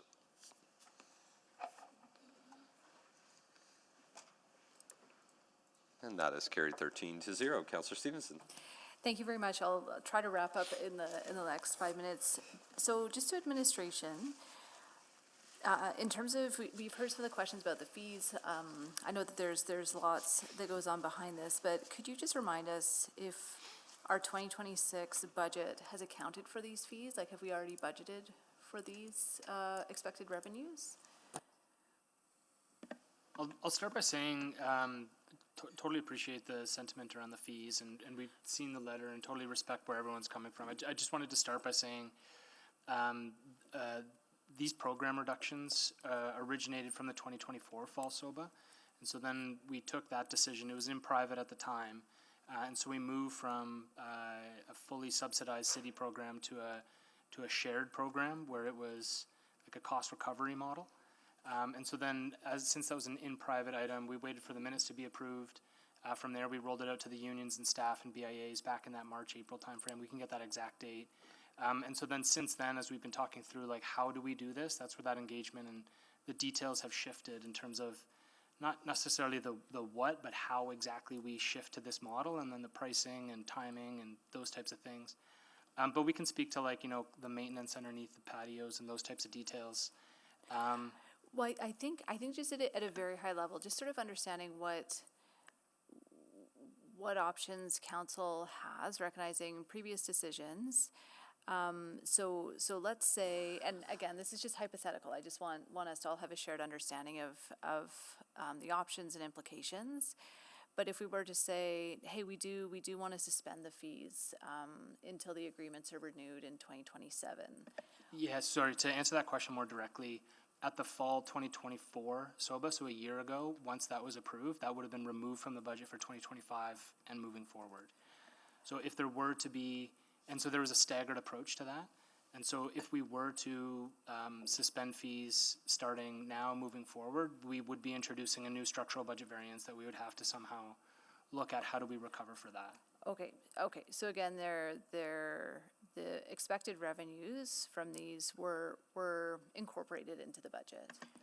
Yeah, the program was removed, and so then the budget associated with that would have been adjusted last year. Okay, and then I think just in terms of, from my understanding, so the current agreements. So there were current agreements that are in place until the end of 2027? So there's current license of occupancy agreements that are in place until April of 2027. The fees that we're introducing are for the temporary traffic control measures, which are basically the infrastructure that goes on the road to protect the patio. Okay. Those are a 50-50 cost share with the city, so we're not transferring the full cost of that onto businesses. And that used to be covered off with the automated enforcement. With the reduction of that revenue, this is something that is coming at an additional cost to the city. Okay, and then just in terms of, I think one of the biggest concerns I've heard is just around the disruption of the removal and just wanting a bit more clarity. Again, is it removing it for one day as sweepers come through, or? I'll just speak to the intent, and then I'll hand to Caitlin, but the idea is, like, some of these patios, I don't think they've been moved for 5 or so years, so we're just thinking about the infrastructure, that public roadway that's underneath those patios, how do we get to that? I do think, though, and Caitlin can speak to the more of the specifics, but we can be flexible on what those timelines look like and how that's delivered, but the overall intent is it's public roadway underneath. Just want to make sure that it's clean for the state of good repair of that infrastructure. That's the overall intent, but the how we go about doing it is something that we can work on. So to add, Councillor Stevenson, BIAs are our first priority for sweep in the springtime. So there is a bit of rigor to the schedule. So there wouldn't be a surprise of when we were going to that area. To speak to what Craig said, there is some flexibility. Our concern is that underneath those patios have not been moved for 5 years. So we want to make sure that we're assessing the infrastructure from the roads, the curbs, the sidewalks, but also addressing and mitigating any drainage issues or anything that may have accumulated underneath. Okay, and then just toggling to the question about the BIA. So is it correct, sorry, I understood the BIA legislation is actively being reviewed at the provincial level? Councillor, what we know is the province has given us signals they're reviewing it, and based on those conversations, we expect that they may discuss this as early as spring. Okay, so it seems like now would be a good time to provide direction in terms of a position on the BIA levy, tax levy structure? Given what they've said to us, yes. And what form, in 10 seconds, would you like council to provide that in? Just to support the option to put that into the legislation. Okay. Thank you. Thank you. Councillor Paquette, can you take the chair? I have the chair. So just on the patio piece, sorry, one more time. So you're mentioning that some of the reason for this, some of them haven't been, I guess, the roads haven't necessarily been maintained underneath for up to 5 years because some of them have been in place. So are we thinking that, okay, if we do this, like, can we do this once every 5 years? I guess what I'm wondering about is that if that's the biggest cost, does the cost that we're talking about have to be the cost every year, or does it have to be a cost once every 5 years because that's the time where we're doing a larger body of work? I think the cost to move the actual infrastructure, Marinac, would be something that could be moved around. So right now, infrastructure, when they go do assessments on roadways, it's done every 2 years. Yeah. So we wouldn't need to move them all the time. It's really based on what we're seeing, and we haven't seen underneath of them in 5 years. So it's really going to give us an idea of how much is accumulated, what that looks like, and what the frequency could be going forward. And we would commit to having a bit of a plan on what that would look like, so businesses and BIAs could plan in the future. So could this inform, so then, sorry, just so I'm closing the loop then, so like, okay, so this year it's more, and I know that's not great, we don't love it, but, you know, this is maybe, is it possible that this could be, you know, this cost would only have to be incurred every so often instead of every single year, pending your investigation, your review of this infrastructure, your determination that maybe we don't need to do. I'm just trying to find ways to help the So offset. the answer would be yes on the spring movement of Yeah. the infrastructure, so yes. Yeah. It would be no in terms of the patio fees, because you would still have to do the rental on the traffic control measures and those, and the coordination pieces of that. And it's because the traffic control measures do come down at the end of the season, if you will. It depends on the type of season, so there's 3 types of patios. Yes. One is a seasonal one is a year-round one, and then they just have the sidewalk ones, which is That's not right. part of the same fee structure. That's right. So the most costly is the seasonal one, right? Because then you would have that. And then potentially the year-round, depending on the frequency of which we have to remove that infrastructure. Yeah, okay. So we'll have a little more information after this year to maybe inform whether we could do changes or that, so. And part of the 2027 relook at the license of occupancy would have us doing a full review through 26 ahead of 27 re-signing of those licenses of occupancy in order to be able to inform what that looks like. Okay, all right, thank you. I'll take the chair back. Yeah, return chair. Thank you, Councillor Jans. Thank you. I have a motion. Yeah, we'll wait for that because they're in private questions first, so, yeah. But I understand you're making a motion in relation to the advocacy piece since that legislation's under review. So that'll be the intent, just so folks know, but we have Councillor Morgan who has some questions in private. And are they related to 7.4 and 7.5 or just one or the other, just one of them? Okay, we just need to figure out who stays, so. Just admin. Just admin, fantastic. So which Okay. of this, is it 7.4 or 7.5? 7.4? Okay. Okay.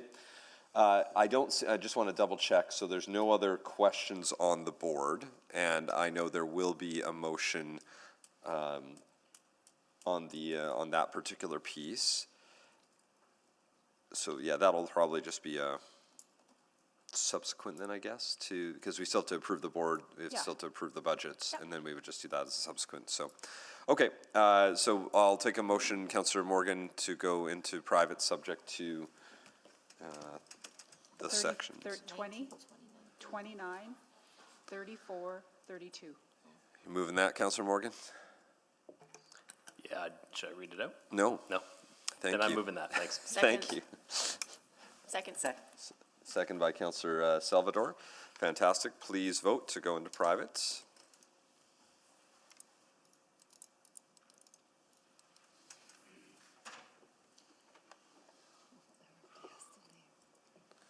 We have all the votes? Thank you. Please display the vote.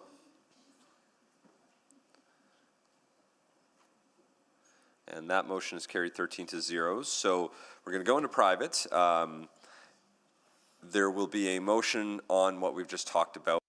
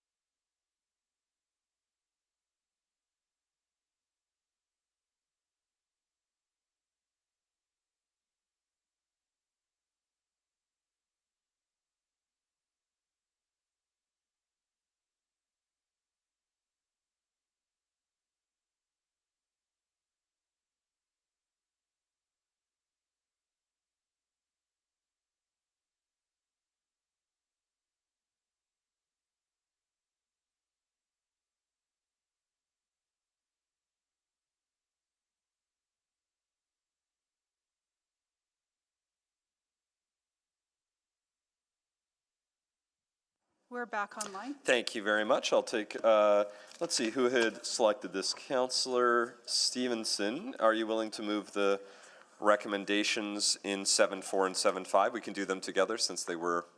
Yeah, everything was cross-referenced. Yep. So you're willing to move both those recommendations as written in the reports? I am. Fantastic. Did you want me to read them in? Nope.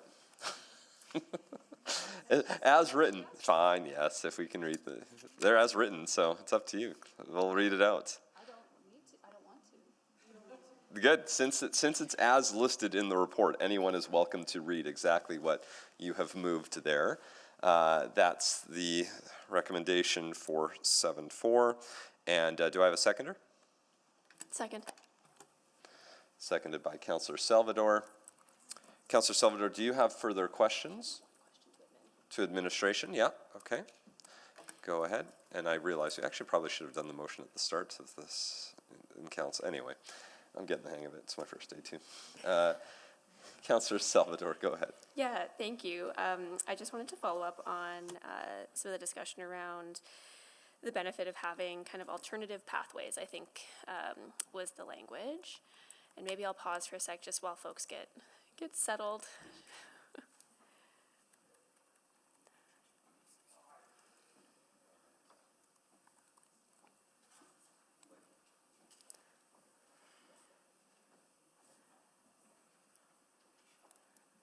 There we go. Okay. So my question is just to city administration. Following up on the discussion and some of the conversation that was had about the importance of, the language was alternative pathways. So if maybe the city isn't doing something, making sure that there are options available for BIAs to kind of take that on. And it kind of ties into the example that was provided around watering for some of the flower baskets. And I'm just wondering what administration can say to that end, recognizing there might be a desire to either supplement or find an alternative or more affordable way to take care of that. So I can take that, Councillor Salvador. When we first rolled out the cost recovery model for the beautification to the BIAs, they did give us feedback around that, finding alternatives. So we have gone ahead and put in, I would say, some pre-approved locations of alternative planter locations. Those locations can be managed and planted by the BIA, so they would not necessarily be city doing that work. It could be solely managed with the BIA on their own. With the reduction of the program previously, any resources that were in place to coordinate or any do the licensing or anything along those lines was reduced with the budget. So this is our intermediate kind of half step to be able to provide some additional alternatives that don't require city resources to be able to do each time. Okay, and just I appreciate hearing that. Does that include, is that like sort of planter beds, hanging baskets, both? It would not be hanging baskets. So the challenge that we have with hanging baskets is they're hanging off of streetlight infrastructure. So they encroach into the road right away. They're also hung on city assets. So there is some sensitivity that comes to that piece around being able to have other entities or other businesses being able to access that infrastructure. There's a safety component, but there's also a permitting component. Right, okay. And is there, so first of all, like, appreciate that we're trying to find some of those alternatives. Is there an openness to continue having some of those conversations with BIAs to understand where there could be a little bit of flexibility on a go-forward basis? Absolutely, and I think we can use 2026 as a year of seeing what those alternatives are. Are they meeting the impact that they were looking for, and what that can look like? Our constraint is just what our resources are and what we can program and support with the current resources we do have. Okay, thank you. Thank you. There's no further questions. So again, the motions on the floor are both 7.4 and 7.5 since they're cross-referenced. So you'll see on the screen as they scroll up and down, it's covering all of those. So this is including both the board appointments and the budgets. So since there were no further questions, anyone wishing to speak?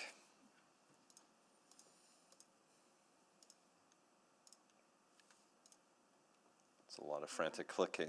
You don't. It's fine. I was just getting no. Okay. Nobody else on the board. Councillor Stevenson to close. Yeah, thank you very much. Just wanted to take a few moments again to thank the executive directors who are with us today, and also your volunteer boards as well for the work that you do in our communities. I feel very lucky to have 6 of you in Ward O'Damon and get to see firsthand every day the positive impact you have in the community. And also really appreciate our staff team that support them and act as the liaison for the work that you do. You know, I think today really brought up some of the tensions and challenges that we're trying to navigate in terms of, you know, responding to a lot of the calls we hear for, you know, more manageable property tax increases, having more revenue streams, while also knowing that sometimes, you know, savings on the tax side lead to higher costs for businesses as well. I'm really appreciate the work that administration has already done to work in some flexibility, and hearing that commitment today to continue the conversation so that, again, this can work for everyone involved.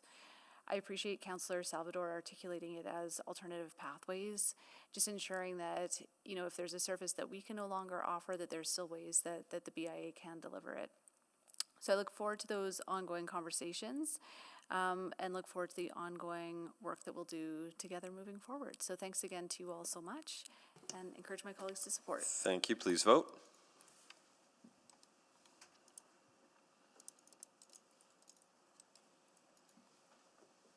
We have all the votes. Thank you. Please display the vote.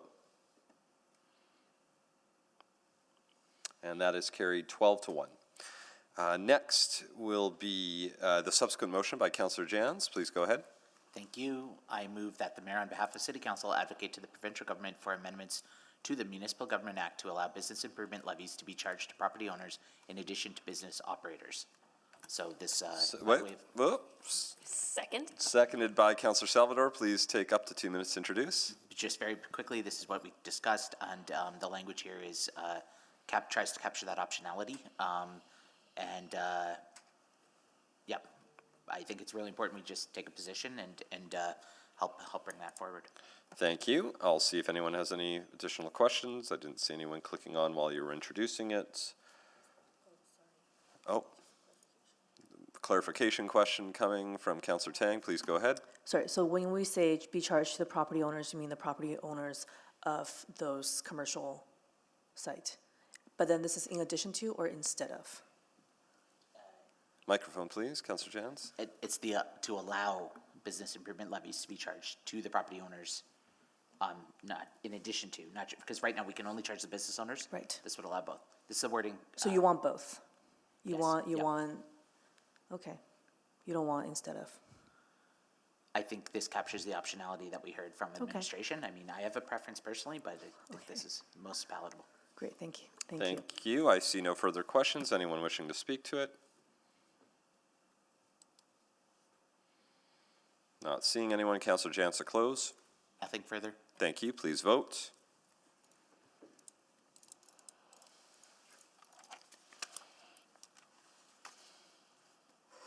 We have all the votes. Thank you. Please display the vote.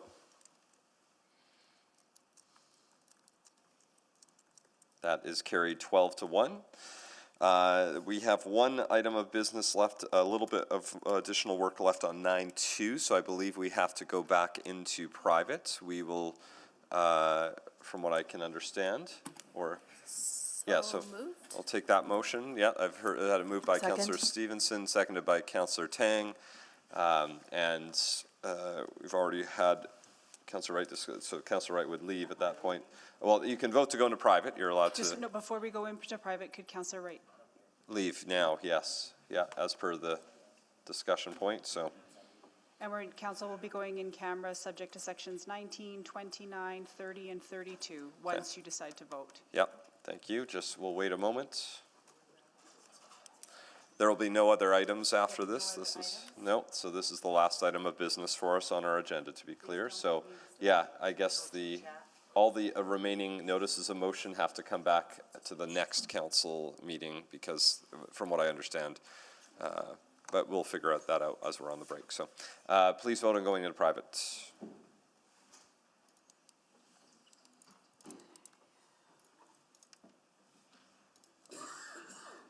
We'll show Councillor Wright is absent, and we have 12 votes. Thank you. Please display the vote. That is carried 12-0. We're going to take a recess until 3:45. Thank you very much.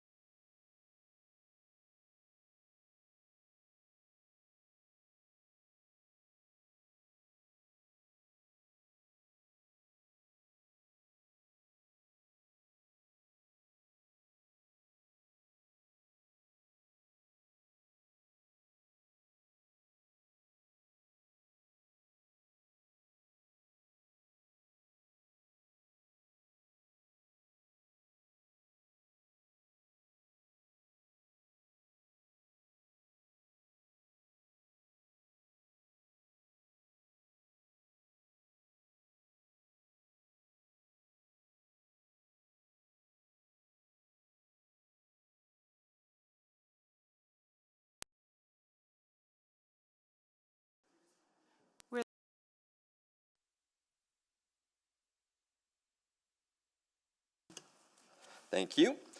I'll take a motion to approve the recommendation and keep in privates. So moved? Moved by Councillor Stevenson, seconded by Councillor Elliott. So we'll remove part one. We don't need to receive it for information. We'll Correct, just yeah, keep we're it just in keeping in private. private. Sorry, Yep, thank for you. sure. Yep. Thank you. Yep, appreciate that. So all we're doing is keeping in private. Please vote.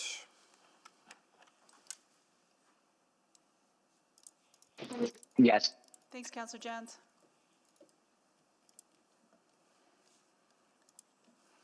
We have all the votes.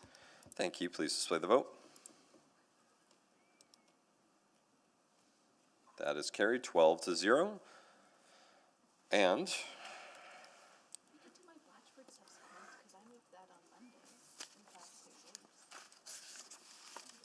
I don't know. I don't think we have any other motions that were made. And do you have anything, clerks, that were motions made before budget or on Monday? There was a motion. No, I'm No? just trying to think through, typically we count the meeting as the whole, as when it ends.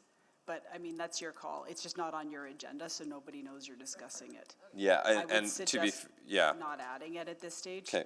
There's nothing else on your agenda. Thank you, but I might have other notices of motion, yes? And so if you want to click on to whoever has Point other of order? notices.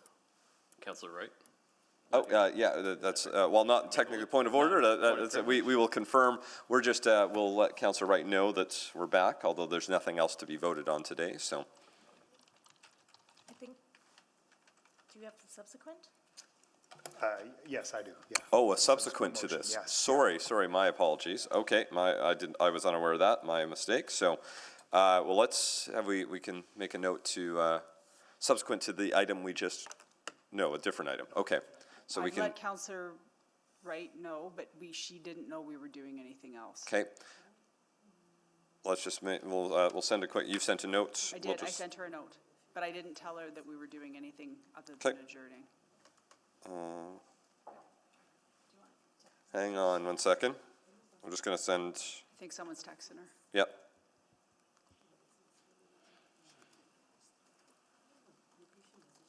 Okay, hang on, here we go.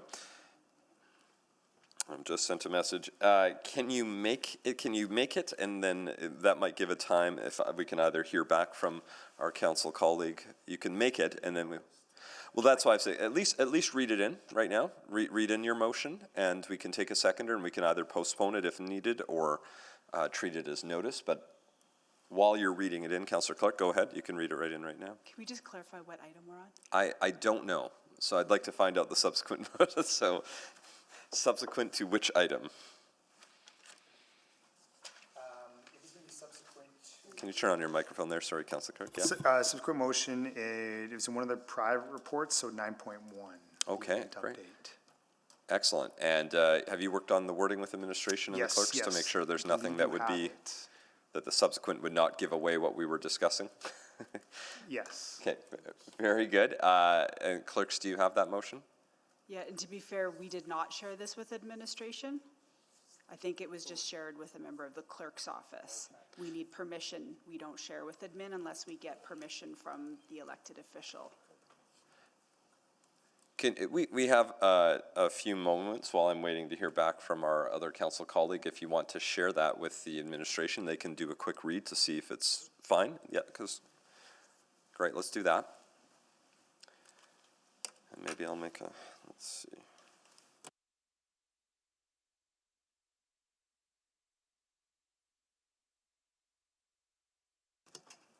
While that's being shared, I'm going to take a 2-minute recess to call our council colleague just to see if they're available.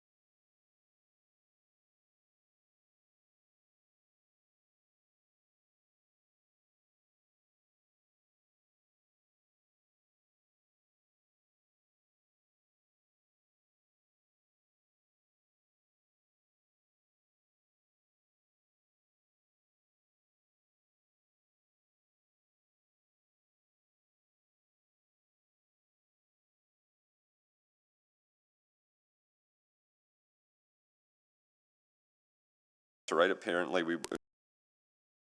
I'll take any notices of motion. So Councillor Clark, go ahead. And then I'll go to Councillor Tang. I think I just need to revise the write-up again. See if I got it. Chat that to you? Please. Yep, no problem.